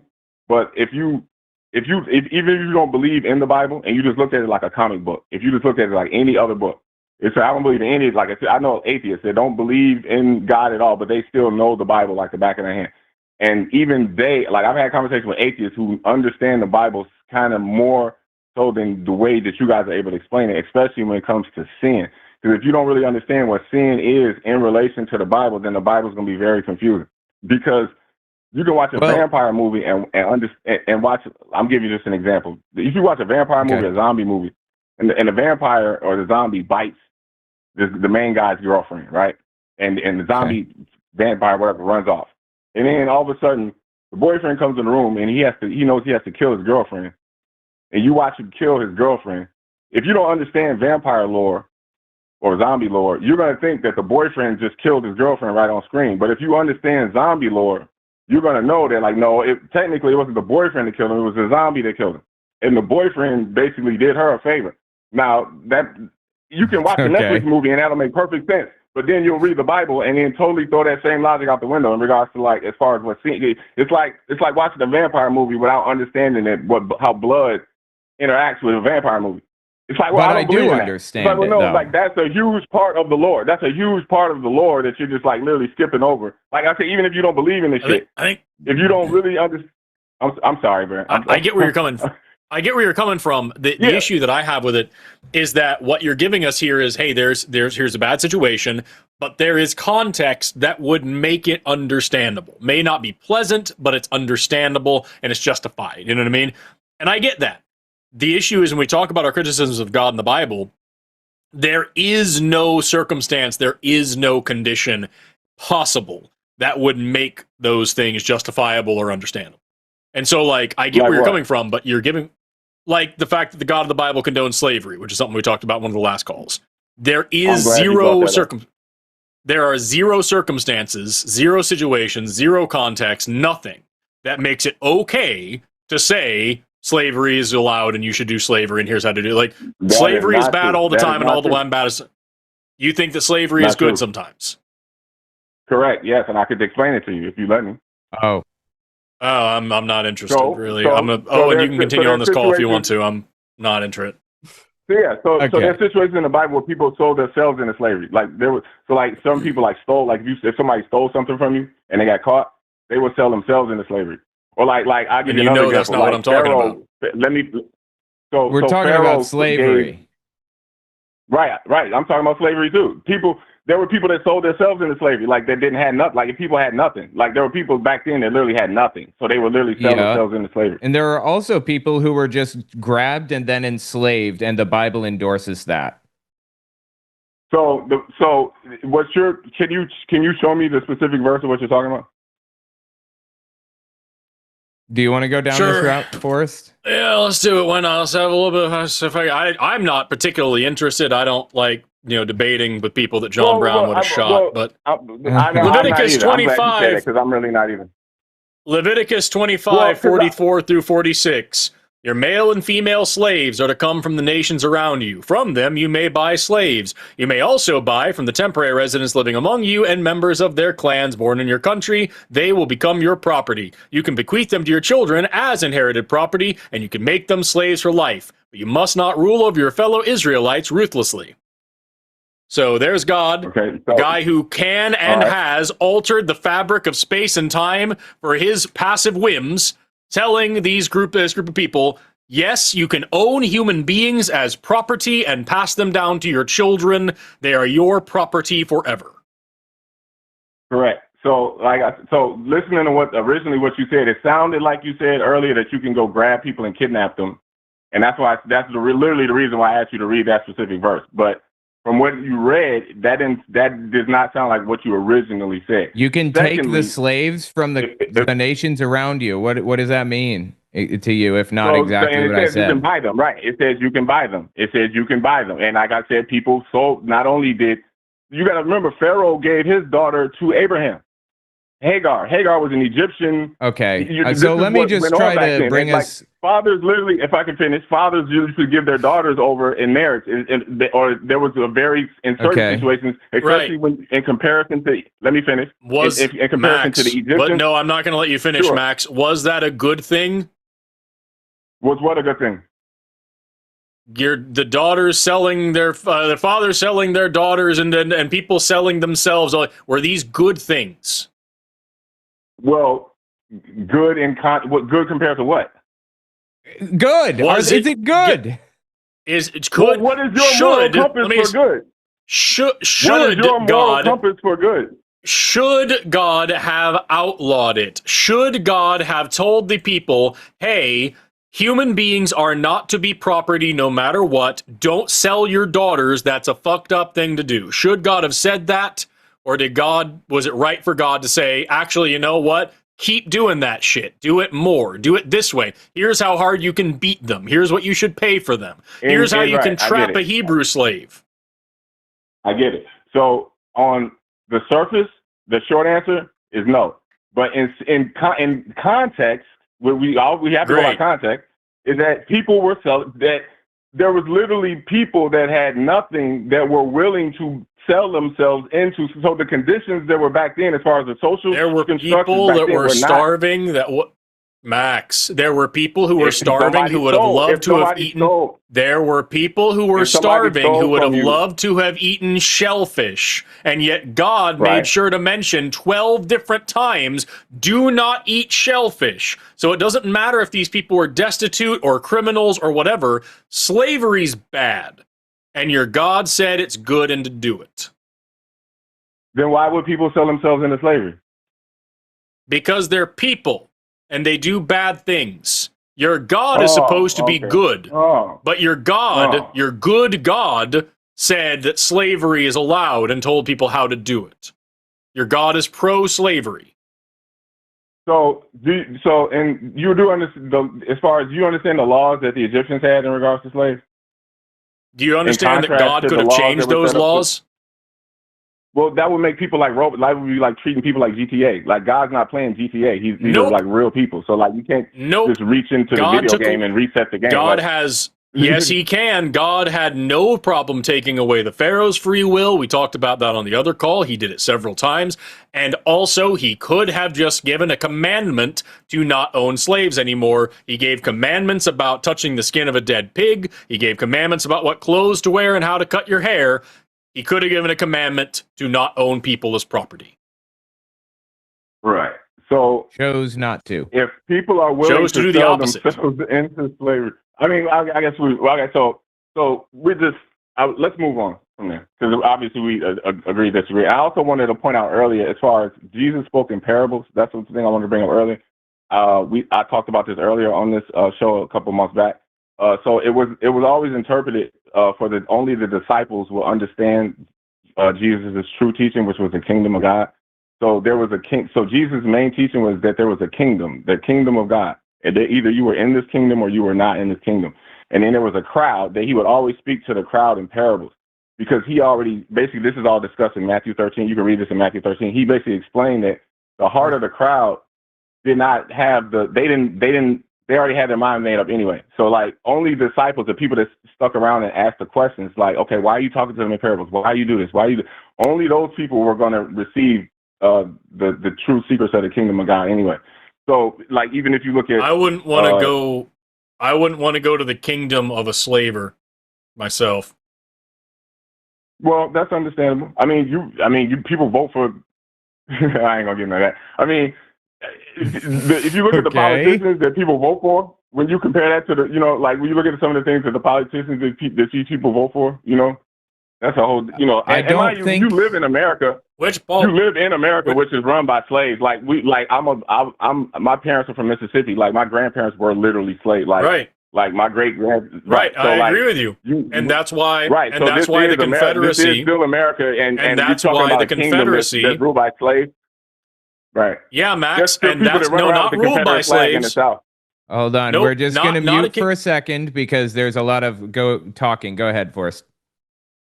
I'm not talking about a kingdom that's ruled by slaves. I'm talking about a kingdom that's ruled by the slavers, like the Confederate States of America, for example. If you read the Articles of Secession, or the Declaration of Secession, pardon me, from many of the states, especially Texas, it outright says that slavery is a Christian institution, that the subjugation of black people and superiority of white people is the will of God and divinely ordained, and that any Christian nation would do the same. And they made it very clear that they, as a Christian nation, would do the Christian practice of slavery. And that is part of the reason why, as I said to Aaron at the first call, slaves in this country suffered far worse than Jesus did on the cross. 100%. Okay, I'm not going to some Which is- kingdom of some guy who says that's okay. You're literally in America. You're literally in America. What do you like? What? You're literally in America saying it. Mm-hmm. Right. So what Yep. makes you think that what you're saying doesn't apply to America? Who said I didn't? Well, you're still here, aren't you? You just said you're not going to go to a kingdom where. Okay, right. We're going to play. Right. Okay. Let's move on. Let's just move on. So, No, by all means. this is the last thing I was going to Tell me which This is the politicians last thing. I have supported. Tell me which politicians in my lifetime have supported the institution of slavery. say that again. You said Which politician in your politicians- lifetime? What which- does your lifetime have to yes, do with the which fact that you're in the kingdom politicians- of? Which politicians What have is his we lifetime? supported that supported slavery? None of them that we've supported have What supported does that slavery. matter that you didn't support them? What does that matter that you didn't support them? When was that Well, even which part of ones this have discussion? supported slavery in our lifetimes? None. You're still in a Meanwhile- country that supported slavery.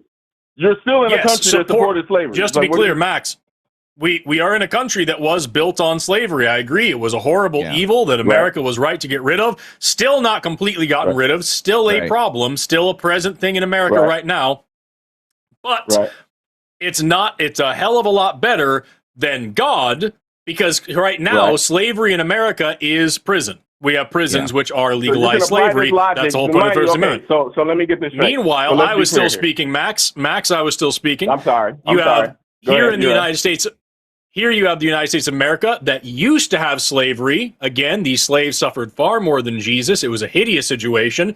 We then made it Wow. this weird legal workaround slavery of talking about prisons. Meanwhile, you have God in the Bible, all-knowing, all-powerful, all-wise, all-loving, same in the past, present, and future, never changes, who says, yes, human beings can be your property. You can pass them down to your children. You can beat them. You can own them. You can buy them.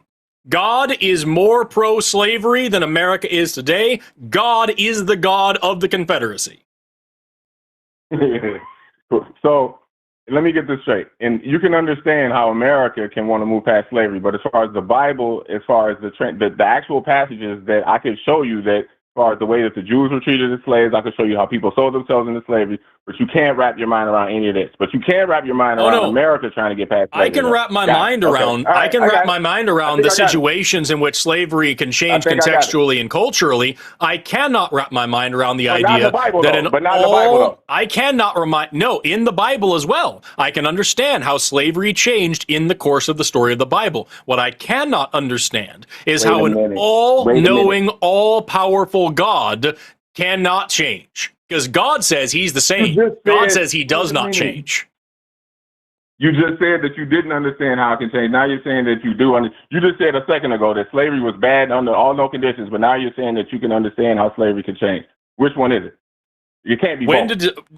Yes, it can, because I said I know how it can change, so not how it can be good. I think I got it. You guys are a fucking And also, joke, just to be clear, I was very clear, Max. I was very clear, Max. I understand how slavery can change, does not mean how slavery can be good. And I was very clear that I understand how it can change in a cultural context of humans, but you're telling me that God, who is all-knowing and all-powerful, condones slavery. That doesn't make any sense unless God is just into slavery. I didn't say God condoned slavery. I never said. I said he tolerated slavery. No, the and I Bible also did. told you that people were selling themselves into slavery. People sold themselves None of into that slavery, matters. bro. Like, what the? None of that matters. It does matter because you thinking of the transatlantic slave trade like it's the same slavery in the Bible, and it's not. The transatlantic slave trade was when the white people were doing to black people. That is not the same thing of what Is slavery Egyptians good or and the Hebrews- the bad? same Full relationship. stop. There's an answer to this. Slavery, good or bad? Doesn't matter what kind. Is slavery good or bad? Where you are extracting work from people without paying them. If you're kidnapping people, right, and doing that, that is wrong. No, In just situations, if somebody extracting steals- I labor just from told- right, somebody without paying them. Is that good or Say bad? that again. Extracting you're labor taking from money- somebody without paying them for that labor. Good or bad? That is bad. Okay, that's slavery, and it describes the slavery in the Bible as well. It doesn't matter. The Okay. Bible says human beings can be property. It doesn't matter if they put themselves there. It doesn't matter what the races of the people involved are. It doesn't matter at all. It is always bad. And God says, So if do I it. make so if I make the choice to sell myself into slavery, this is still God's fault. That's basically. And I don't even believe in God. I'm an Egyptian. If I'm an Egyptian walking around, I don't even know about Jehovah, and I sell myself into slavery, this is still Jehovah's fault. This is what you're telling. Nope, that's actually not at all what we were saying. okay. Quite obviously, that's Okay, not so what we're help me saying. out. What we're saying is when God tells his nation, you can own people as property, it is then his fault when they own people as property, no matter where they get the people from. Right. So the social construct, by the time the Bible was written, the social construct was already set in place by other empires. Oh, So it's not so. Who right, but cares? You're dealing with it as far as like God. This was written like 1500 BC somewhere. So like the empires, it was multiple empires that already had slavery condoned. So it's not like God gonna step in and like GTA and press the reset button on other empires and all these things. he's not. Then He you can take literally into did consideration that. He literally did that. When it was the great flood, when it was the flood in the book before in Genesis, literally the last book, he did press the reset button and change the rules with the global flood. He killed every single human and every other thing that breathed air on the entire planet, except for one highly incestuous family, all because they were worshiping the wrong God. Okay, I'm so glad you brought this up. So, in the context, if we read in Exodus 1, they have a passage in there where Pharaoh is wiping out all of the firstborn of, Mike, this is how that story starts off. It's Pharaoh is killing the firstborn. Do you remember this part? Or we going to skip right past that part? Because that's literally how the story starts off. So then by the time when it comes back around, this is what they call you reap what you sow. It does, because Pharaoh actually did this to himself, which is what the other caller was trying to get you to see, but you didn't see it. When he went, bro, if it's not that hard to explain. If you skipping past the part where Pharaoh is literally killing the firstborn, you're going to be legit confused on why all the firstborn of the Egyptians died, because you skip. So Max, it's like just to be clear, season 3. Just to be clear, we are now moving past God saying it's okay to own people as property, and we're now explaining why it's rhetorically and poetically just that God slaughter innocent children because somebody else did it too. Nah, you reap what you sow. He did that to himself, man. He did that to himself. All those innocent children, they did that to themselves because Pharaoh did something bad? No, the government, yes. So the government, so the relationship with governments, I don't really think you would get that as far as the Bible's concerned either. Like the way that God has relationships with governments. Like, so right. So that was the Egyptian, basically the government that was back there, what they call kingdom back then, was responsible for that. So he put his people in.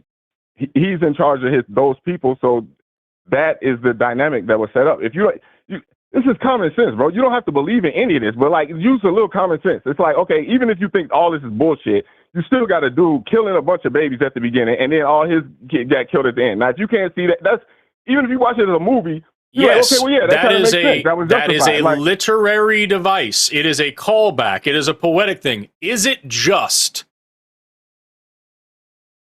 Is what just? Is it just to kill a bunch of innocent children because somebody else killed a bunch of innocent children?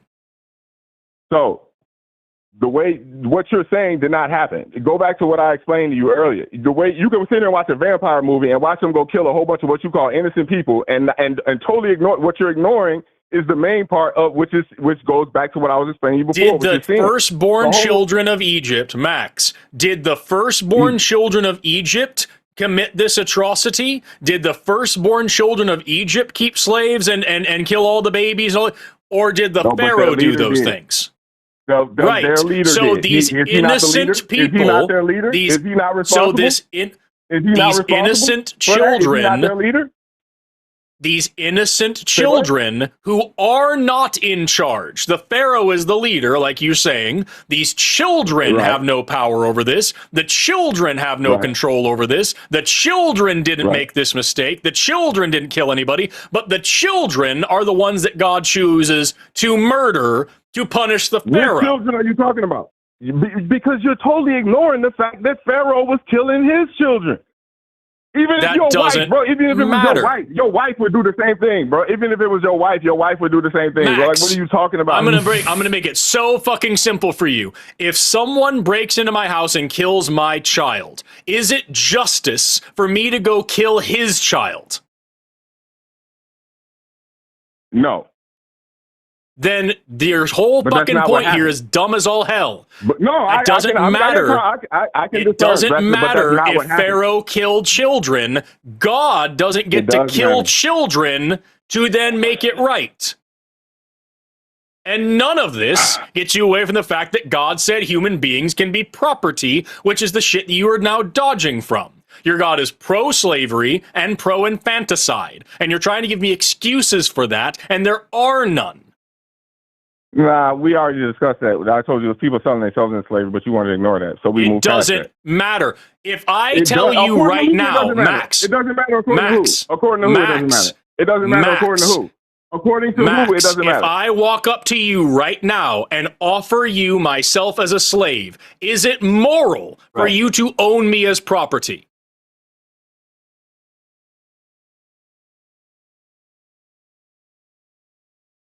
This Run is that an by me easy one more time. answer.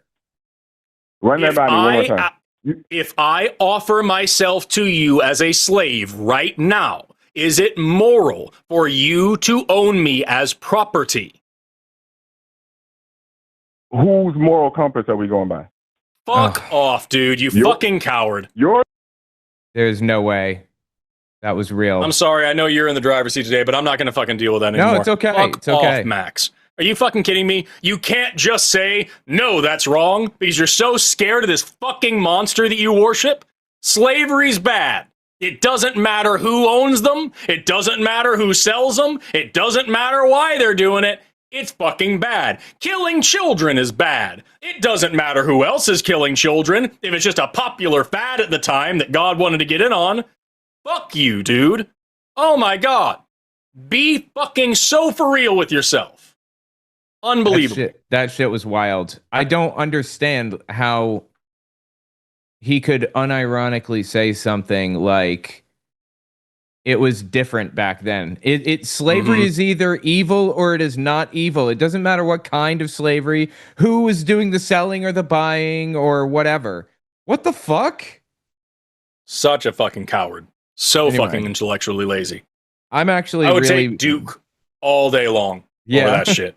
Fuck me, dude. I'm really bad at knowing when it's time to move on. So if you feel No, it's so am time I. to move on, then please. So am I. And let me tell you, it was weird talking about shit that serious while enjoying yet another delicious Mexican pizza. I ordered mine. It's on the way. Hell yeah. Yeah, mine is. I am gonna vom. Yeah. It's so much of it. It's so gross. I'm on to another one. Okay, I believe in you. You can do it. All right, let's Thanks, bring buddy. in the next caller. We're gonna bring in Jay, him from Germany, an atheist. What do you got for us? Yeah, I was not expecting this to happen. Okay. One moment. I do not do well with talking. I did not think this through. It's okay. Don't sweat it. Take it easy. We'll make it through together. I see it says, is it controversial to say even the worst of humanity deserve basic human rights? Is that the question? Yeah, that is just something the argument I had, like, Yeah. maybe social media isn't the best, representation of people, but the amount of people who had issues with the basic concept. Yes, even awful people deserve basic human rights. Just baffling. With some, I don't remember what it was, like some news story about somebody hitting a car, hitting like some neo-Nazi with a car or something, and people just I get some joking about awful people getting awful things done to them. Like, people want bad people to have consequences, but the amount of people who genuinely said no, but by what they think or what they do, that they essentially forfeit their humanity or whatever and deserve no human rights. And the amount Interesting. I've argued very strongly that human rights need to be universal human rights. So if they don't apply to everybody, they aren't universal. And if they the way I see it is they aren't rights at all. And right, I totally agree. If they're conditional, then they're not rights. 100%. I don't think that's I guess it is controversial because some people do view things differently, but I think you have to give everybody the benefit of the doubt and assume that, like, maybe one day they'll change. Maybe one day they'll be different. I'm certainly different now than I was when I was 15. I was kind of a scumbag back then. And if somebody had, like, hated me as a Jehovah's Witness or whatever it was, or just a plain scumbag, I would have never had the opportunity to move on and change who I was, I figure. So, yeah, I would say everybody deserves human rights, right? Basic human rights. And not everyone agrees with that. I'm sad to say, like, some people in my camp don't agree with that. There's a bit of a conspiracy theory problem in my camp too, unfortunately, In what sense? Say again? In what sense conspiracy theory? I'm not sure. Yeah, this is an aside, but I think that the assassination attempts against Trump have been genuine. And I don't. That's just one example of how I feel like some people on my side are getting conspiratorial a bit. Yeah. Like, even in that regard, I don't think that their suspicions are unfounded. Right. Because, like, take, for example, this last one, right? Mm-hmm. I think that there are some parts of it that you sound like you're stretching. The fact that this is the first time he's ever attended one of these things, for example. All right, that's a bit of a stretch. The fact that he was hiding behind a curtain directly, like right there, and they didn't get him out of the room, and then they had all the higher up people in the same room after there have apparently been multiple assassination attempts, and then they put them all together in the next room together. All of that could be excused away by incompetence. I think that's a good reason to say that's fucking. I think the biggest thing for me, the fact that a guy got through multiple levels of security in the most secure facility in the whole world with multiple weapons, okay. What gets me about it is that the reason why I think that at the very least they are lying about the details, even if it was a true event, they are definitely lying about parts of it, is that when they released the footage of the guy, he walks into a room and an officer is staring at him through the door for a few seconds, and then he emerges with a long gun that he didn't have in his hands before and sprints past security, and one person gets a shot off at point blank range and misses, and everybody else just stands there. Right. That isn't normal human behavior. That doesn't make any fucking sense. But it does make sense when you consider the fact that right before that, they released a different video that was very clearly AI generated that showed those same events, and also the guy running the fucking metal detector like morphed into his chest and shit. Right. And so what they released as the official video looks an awful lot like a better AI rendering of the original AI video that they said was real that very clearly wasn't real. So they have been caught in so many lies surrounding these events, and there are so many things that genuinely make no sense surrounding these events. I'm not saying they're fake or not. I'm saying our government is demonstrated so many times that they are such fucking shameless and bad liars, and they are so unbelievably incompetent at their jobs that there is absolutely more to these stories than they're letting us know, and we have no reason to believe they're official statements. I totally agree with you on that. I was talking specifically about the first one, Crooks or whatever. You remember where that one dude died and he threw up his arm and fight and everything. Yeah, and that's another thing. Like, yeah, somebody definitely took a shot. The guy died because of it. There was definitely gunfire. Who knows where that blood came from? The people say it was a blood pack and this and that. You know, I know for sure he was not shot in the fucking ear, and I know for sure that he was like, none of that's true. Those were all lies. And so, like, if there was an actual assassination attempt, they have now given us every reason to say it isn't real because they lied about stupid, easily debunkable shit. And again, they are such shameless and obvious liars and so incompetent that it makes it very difficult to believe even things that may be true. So, like, yeah, I agree. I just want to say, like, I agree with you as far as, like, there are some conspiracies going around, and that sucks. But, like, not all of them are completely unfounded or without good reason. It's very obvious that they're full of shit, yeah. Totally. I'm writing a book right now, God's People, Christian Nationalism in the Third Reich. It'll be on Amazon and Audible if you want to find it. Anyway. Where all good books are sold. Yes. Anyway, Hitler was, like, subjected, or there were like 42 assassination attempts against him. 20 got close and are worth mentioning. But the point is that, like, they don't need to make it up. People genuinely don't like him. Like, is it really surprising that somebody would try to take a shot at him? You know, like, no. We could, instead of saying like it was made up, I think it's way more logical to just say they intentionally just like made Secret Service a lot lighter this day instead, because there's always somebody trying to do something. That's how dictatorships work. Sure. So I think that would be the more logical, you know, they just allowed something to happen rather than it was staged. I think it's absurd to think that like it was staged, for example, when his ear got shot or whatever the hell happened that time. Yeah. Anyway, I'm sorry. We just hijacked the call. Did we answer the question?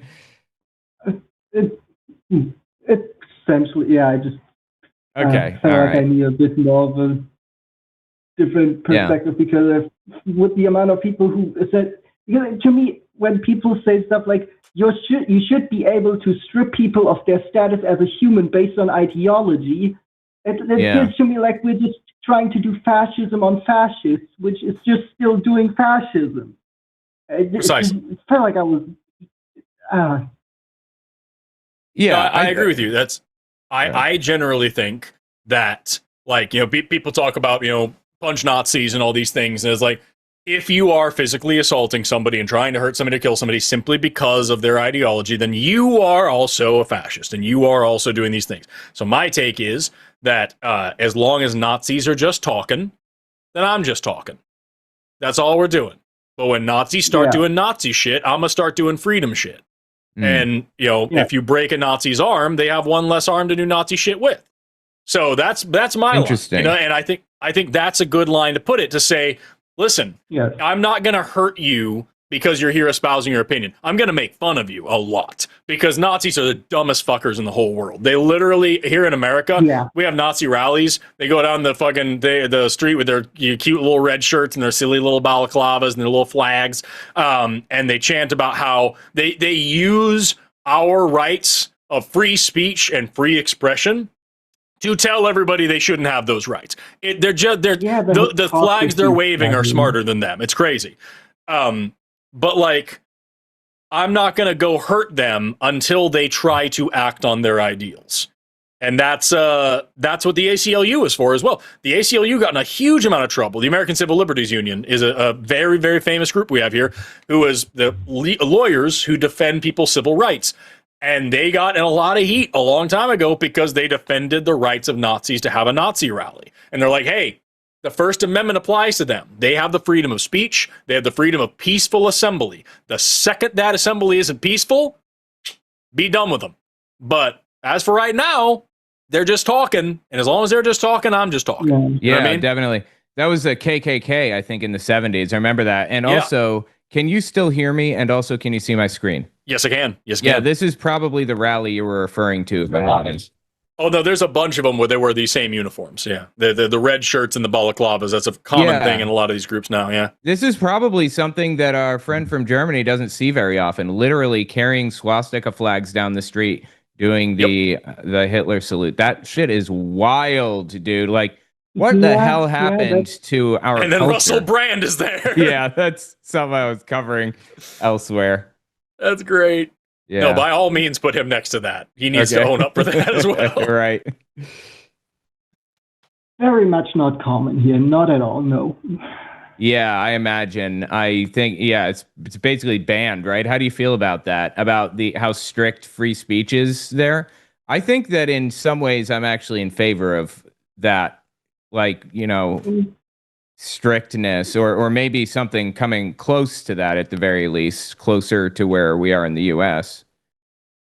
There is a point where I can understand limiting something, because if you put up a symbol that essentially says only a certain group of people is allowed to live and everybody else should die a painful death, that's not really, there's nothing peaceful about that, even just as an expression. If you're like explicitly calling for people to get killed, even indirectly with just the symbol of the people who call for everybody to get killed. Yeah. What else is anybody supposed to think? But you are also saying for everybody else to be killed. Absolutely. I know that we our free speech laws in the United States are so open, and it's so hard to change it. So we have to work within the system that we have, and that's what it is. But I can see justification. I think there's good arguments to be made on both sides. I personally like the American model better, but that's just me. Yeah. And we see where that's gotten us. Like I said, there's good arguments against my position on this as well. But I think that it's better this way. I agree. I think I'm in favor of the America model as well. There's some stuff happening in the UK, for example, right now that I'm not a huge fan of. Arresting people for criticizing Israel and things, and I wouldn't want that. Problem is that the government decides that. Right, and that's happening in Germany too. There's plenty of videos of German police officers brutalizing pro-Palestine protesters because they take that idea to say, "Oh, well, you're against Israel, then you might be close to a Nazi." You know what I mean? It's like, not really. Yeah. It has its issues as well. Yeah. Hey, guess what? My Mexican pizza is here, and my kid's gonna come in and get that Mexican Brag pizza. About it. Yeah. Anyway, anything else you wanted to hit, Jay? You don't know what a Mexican pizza is? Bro. Shame on you. You need to come taste freedom. Yes. Because that's what we're talking about here. We're talking about American freedom. Yeah. And in this case, it is the freedom to get heart disease. From Mexican pizza. Well, according to a recent doctor visit, I at least don't have heart disease yet, so I guess I can still get there. Okay. One of these May you days. get freedom soon. What's great about this type of freedom is that you get heart disease and diarrhea at the same time, and if you're really lucky, you'll just poop out the plaques that build in your arteries. It cancels itself out. Oh, consider it, I suppose. Hell yeah. Land of the free. Thank you, Jay. Yeah, thank you for calling in. Yeah. Nice to feel sane. Yeah. Awesome. Yeah, interesting call for sure. From Germany. Wow. We got fans all over, huh? Yeah. Do you have you've got your Mexican pizza? No. My kid just brought the bag over to the other side and they're sorting it out. So okay. She'll be back in a minute. Yeah, she'll be back in a minute with the Mexican pizza when they sort it all out. Yeah. I love this country and all of our freedoms, including this one right here. Nope. Look at him. Yes. Oh. Unfortunately, it tastes like liberty. Unfortunately, Mine was completely mangled on the trip over. But that's okay. That's awesome. Damn, it's been so long since I've had a Mexican pizza. I usually get like a burrito, you know, but these are so good, dude. This is my not third even one. paying us for this. No. But they could be. Taco Bell, sponsor us. Yeah, hit us up. Do you love atheist and leftist content? Probably not. Send us your burritos and help us teach more people about socialism. All right, let's hit the next one. The last one, You as a matter can't of spell fact. socialism without salsa. You can, but like you shouldn't. That's good. Oh, we got Elliot on the line. He, them, from New Mexico. What do you got for us, Elliot? Well, first of all, I got to tell you guys, it hurts my heart when you start talking about Taco Bell living here in the heart of New Mexico, where I can like walk down the street and get like a stuffed sopapilla with like good, authentic New Mexico red chili. But Believe me, I suppose y'all can't. Here in Oklahoma, we have a increasing Mexican immigrant population, and we have more and more every day. The best goddamn, heartiest, most home to cook delicious food. But at the moment, it is 9:30 at night, and this is Mexican pizza time. You know what? That's valid. You gotta get you guys got to get your Mexican pizza, and the time of night, I'll forgive it, but it still hurts my heart. I hear you. I'm from New York City, so I understand. It's not really considered real Mexican food, but it is so good. No, it isn't. But hey, you know what? It's New York City. You're too far away. I understand. You'll just have to make do with the pizza, I guess. Right. So awesome. Yeah. So honestly, listening to those conversations from before was very, it's very interesting, especially like because it kind of leads into like what I'm like. There's like a political side to all of this, but like, at what point in time is it okay for? What's like the point of freedom of speech where it's causing more harm than good? And I think that's a hard one, honestly, because have you ever heard of the paradox of tolerance? Probably, right? Or no? Oh, yeah, definitely. In case there are people out there who haven't heard of it, because a lot of people haven't. It's the idea that if you tolerate people who are intolerant, then you are facilitating the intolerance, and they will destroy your society if you allow it.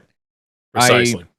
I think that in the US, the free speech laws make it nearly impossible or completely impossible to enact, something like the paradox of tolerance, where we are not tolerant of the intolerant. But generally, I try to work toward that in my own life anyway. If people are intolerant, they're not signing into the social contract that we all agree to deal with each other. I'm not polygamous, but other people are, and I don't care. They can be polygamous if they want. It's not my problem. Right. Not my thing, whatever. That's me being tolerant of other people's shit because it doesn't affect me in any way, shape, or form. So anyway, I enact that in my own life, but like I said, hard to enact that on a federal level. Right, I agree. But although I'm going to add, I think one of the fundamentally a problem that pops. I think it's less of a paradox than people think, because I think people misunderstand what the point of we're not being tolerant for the sake of tolerating all opinions. Tolerance is about accepting people insofar as they don't harm other people. If you're not tolerant of other people and their beliefs that are not impeding on them, you've given up the right to have that grace, as it were. Absolutely. That old phrase, like your freedom to swing your fist ends at the next person's nose, kind of thing.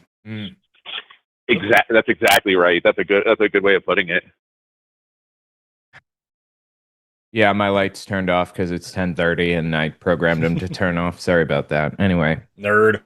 Yeah. Anyway, that's the way I see it too. Yeah, it's all good. But no, the thing that I wanted to talk about, and I know that I'm sure the note that they gave you was a little bit weird. I think so. Little bit of background. I have my bachelor's is in political science, and I've been following like politics and specifically elections for like really since I was old enough to vote, which was, God, I feel old saying this, in 2004. I'm trying to do the math. So you were born in 1986? Yes, I was. 89 over here. I feel you. Yeah. So, okay. So one of the more fascinating things to me right now is, and I just realized something. Sorry, don't mind me. One of the more fascinating things that I've found is how much there has become you might even know, you probably know about this too. There's education polarization that's been kind of happening in the U.S. Do you guys kind of know about that? Hey, can you possibly, but just elaborate on it in case there are people who don't, and I may not even know fully. Go ahead. Yeah. So in the U.S., and sorry about this, I'm also walking home from work. No sweat. That's fine. Yeah. Yeah. Sorry. Education polarization, you said? Yeah, so it's education polarization. So basically, for a long time, for a long time in U.S. politics, one of the outside of race, one of the biggest indicators would be of how you would vote would be income, right? So this is going to probably make sense.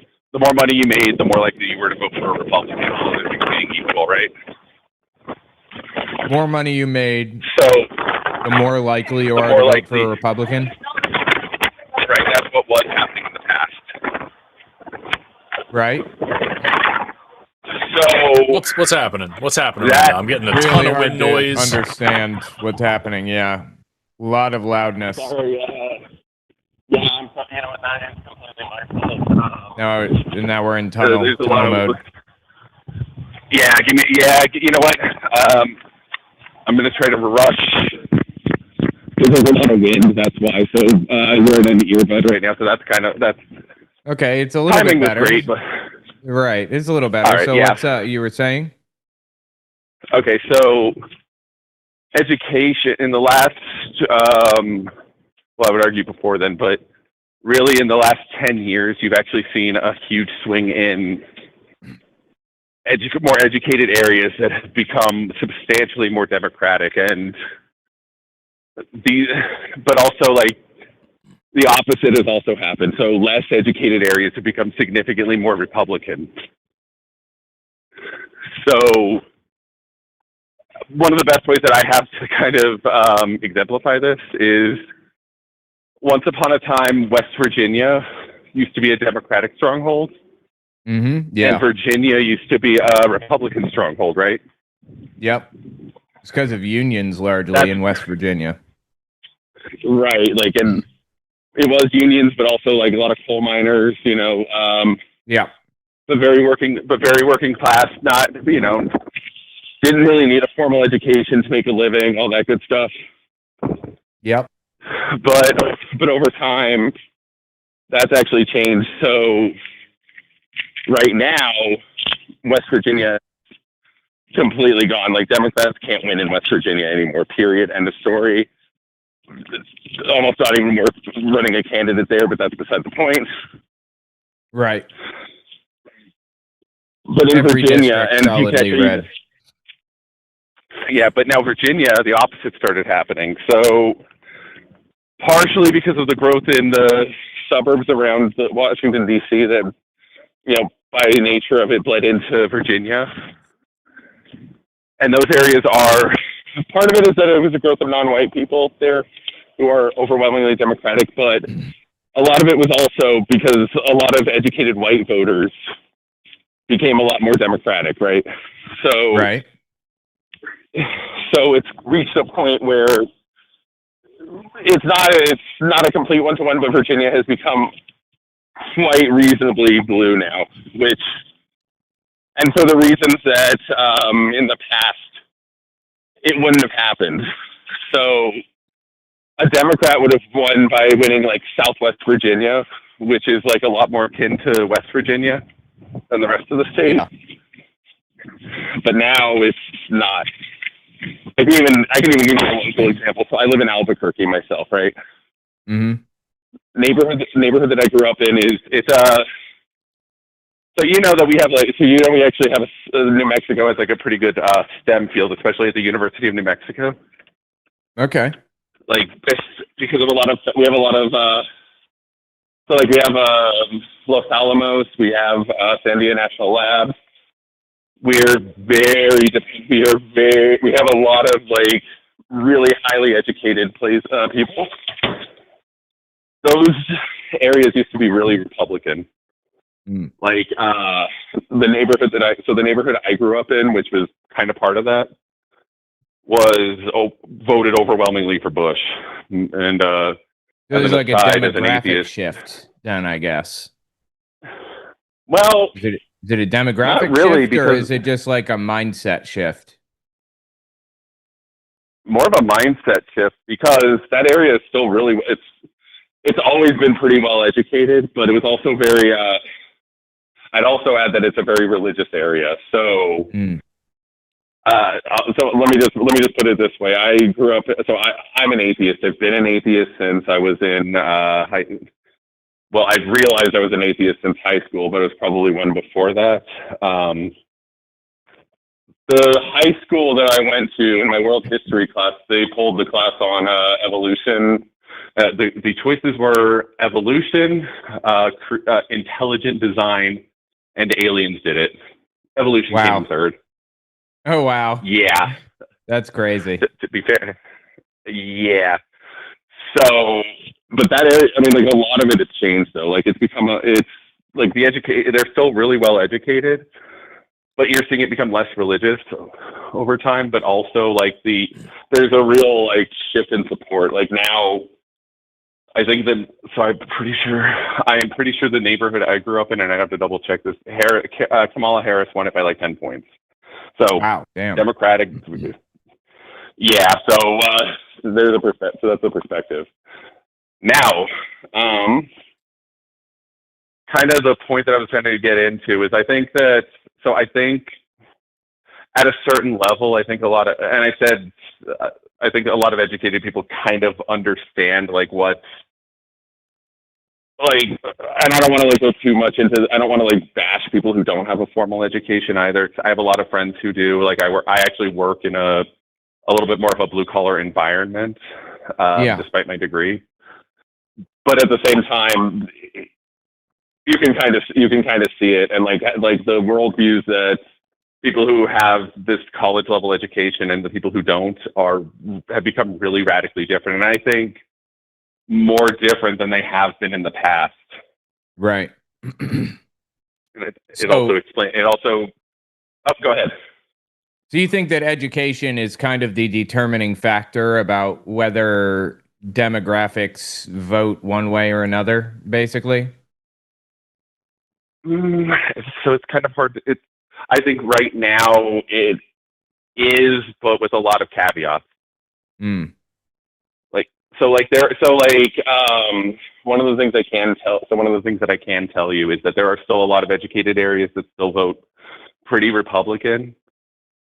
But the thing you also have to understand is that those areas started from a much more Republican place to start with. Yeah. So they've become less. So there is a trend line that's happening, and I think I'm of the opinion that it's going to continue that way. Well, check this out. We're going to move on in a minute, but before we do, I just wanted to show you this. I thought you might be interested in it, you personally. I created this map. It's wavemap.us. This is mine. I was a programmer before YouTube, and you can like paint states on election night and, you know, set like as things change, as people win or whatever. And these are like all of the along the side. These are all of the factors that are factored into what decides who's going to win an election. A presidential approval rating, and you can change the sliders, a consumer sentiment, stuff like that. I don't know. I think it's pretty cool. I'm not like charging anything for it or whatever. I'm kind of proud of it. That's all. Oh no, that's awesome! No, that's awesome. Since I'm doing this on since I was looking at the video on my phone, I can't see it. I'm trying to get to my computer so that I can look at it. But that's okay. You can check it out later if you want. Like I said, it doesn't even have ads. I'm just something I wrote. So. Oh yeah, and sure. And honestly, I'll just look at it once it's gone live. But yeah, like it's honestly this election. Hey, elections are fascinating, even if sometimes they are on the day of they're not always fun. Yeah, absolutely. I still remember. I still remember. I remember 2016 more than I remember 2024, and 2024 was bad, but 2016 was what nearly killed me. Yeah, it was a nightmare. I remember it too. God, just get us out of this fucking nightmare that we're all in right now, right? Yeah, no kidding. And I think a lot of it we got to kind of organize at all levels for it. And I think my real take is that I think that a lot of it is doing better with education in the U.S. Like it's. I mean, Forrest, I know you're a teacher, and I know that you're. In fact, that's kind of what brought me over to this one, because I've actually been watching your YouTube channels, videos especially on evolution. And it's like I've been learning a lot, which has been like really good, and I'm happy about it. But I do think that people who are better educated and get more. What's the word I'm looking for? Exposure, yes. Exposure to like other people and other worldviews. I think it liberalizes them. Definitely. I think it's hard not to be. Yes, 100%. Just got to push people out of their bubbles. But like I said, with my wave map, I posit that Republicans aren't going to win another election for the foreseeable future, based on how many people we're seeing, or how much we're seeing the votes multiplied by. Like, we're seeing 5% rise in Republican votes, which is expected. That's what it usually is, somewhere in there. And we're seeing like 1.5x all the way up to 2x as many votes from Democrats. And if that holds strong, we're looking at taking a majority in the Senate, maybe even a super majority. I don't know. I'm not like a political. I don't have a major in politics or whatever, so I could be talking out my ass, but just seems like super majority is. I'll just say that's not happening, but I do think a majority is definitely on the table. But just a real quick one to see like how stuff has changed. So they did. So there's been an analysis of early voting in Georgia, since they're going to be doing they have Supreme Court elections for 2 seats that are going to be happening on the day of their primary. They have early voting that's happened. So they're comparing it to the last midterm election, which was in 2022. So the early voting at this point in time was Republicans were ahead by roughly 14.5% at this time in 2022, right? Right now, Democrats are ahead by 10.4%. That shit is wild, right? Like the split, the difference. If you take a look here, I actually added that factor to my wave map. You can switch to mobilization premium, and you can say that they're winning by 25 points across the board, and it'll show you what the states will look like if you kind of factor that in. I'm betting I'm betting it's gonna be wild. I definitely will once I get a chance. Go ahead. Is that I'm sorry. I definitely want to, because that sounds really interesting, and I love playing around with data. Yeah, that's why I made it, because I love playing around with data. But we'll see what happens. I'm convinced we will get a minimum of 54 Senate seats, at least. I'm going to say we're going to have 54. Maybe I'm wrong. I am going to... All right, I'm going to put that as a prediction on your side on the end, and then after the election, I'm going to call back in, and then I will either call you the oracle. Your predictions were better than the Bible. Yeah, rip my ass. Or I will. I'll take it. I'll give you. I'll be like, you know what, man. You know, you're like Jesus. You have all these promises, and none of them came true. Yeah. Okay. All right. Well, is there anything else you wanted to mention before we get off of here? You know what? I think that's it. Hey, thank you guys for taking my call, and I hope you guys have a good night. And hail Satan, I guess. 100%. Hail Satan. Take care, Elliot. Hey, take care, guys. Awesome. Yeah, really interesting call.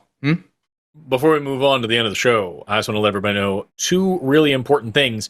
Number one is that we are doing a fundraiser this week for Recovering from Religion. Our goal is to raise $100,000. And Jimmy and Joe Vaughn did a thing earlier today and already started us off. We're up to $22,000 already. So almost a quarter of the way there. Amazing. So tune in for that. Tomorrow on Skeptalk, the show is dedicated to that fundraiser. You can donate then. And then the main fundraiser will be on, I think, Friday and Saturday of this week, if I remember correctly. So those are things for everybody to remember. Perfect. Yeah, also, thank you for reminding everybody. Yeah, and also, I just want to say, Stephen Roth, who is the CEO of Vornado Realty Trust, a billionaire, owns the largest commercial landlord company in New York City. He is the CEO of this real estate trust, which is the largest commercial landlord in New York City. Billionaire Stephen Roth just said that he considers the phrase "tax the rich" to be just as hateful as some disgusting racial slurs, and even the phrase "from the river to the sea." Oh my God! Tax the rich, everybody. Tax the rich. Language, sir. And free Palestine. You're going off worse than Aaron earlier. Is that who it was? Saying the heck word just right out. The heck word. Yes, right out the gate like that. Damn. You're using some pretty strong language there. Right? Oh.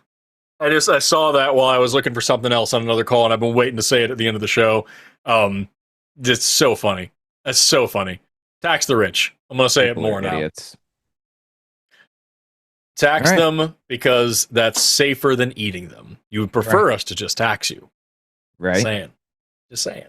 That's a good point. Owen, do you have anything you want to end the show with? I don't think so. No, I think I'm good. Yeah. Check out my book when it comes out, God's People. Hell yeah. Got it.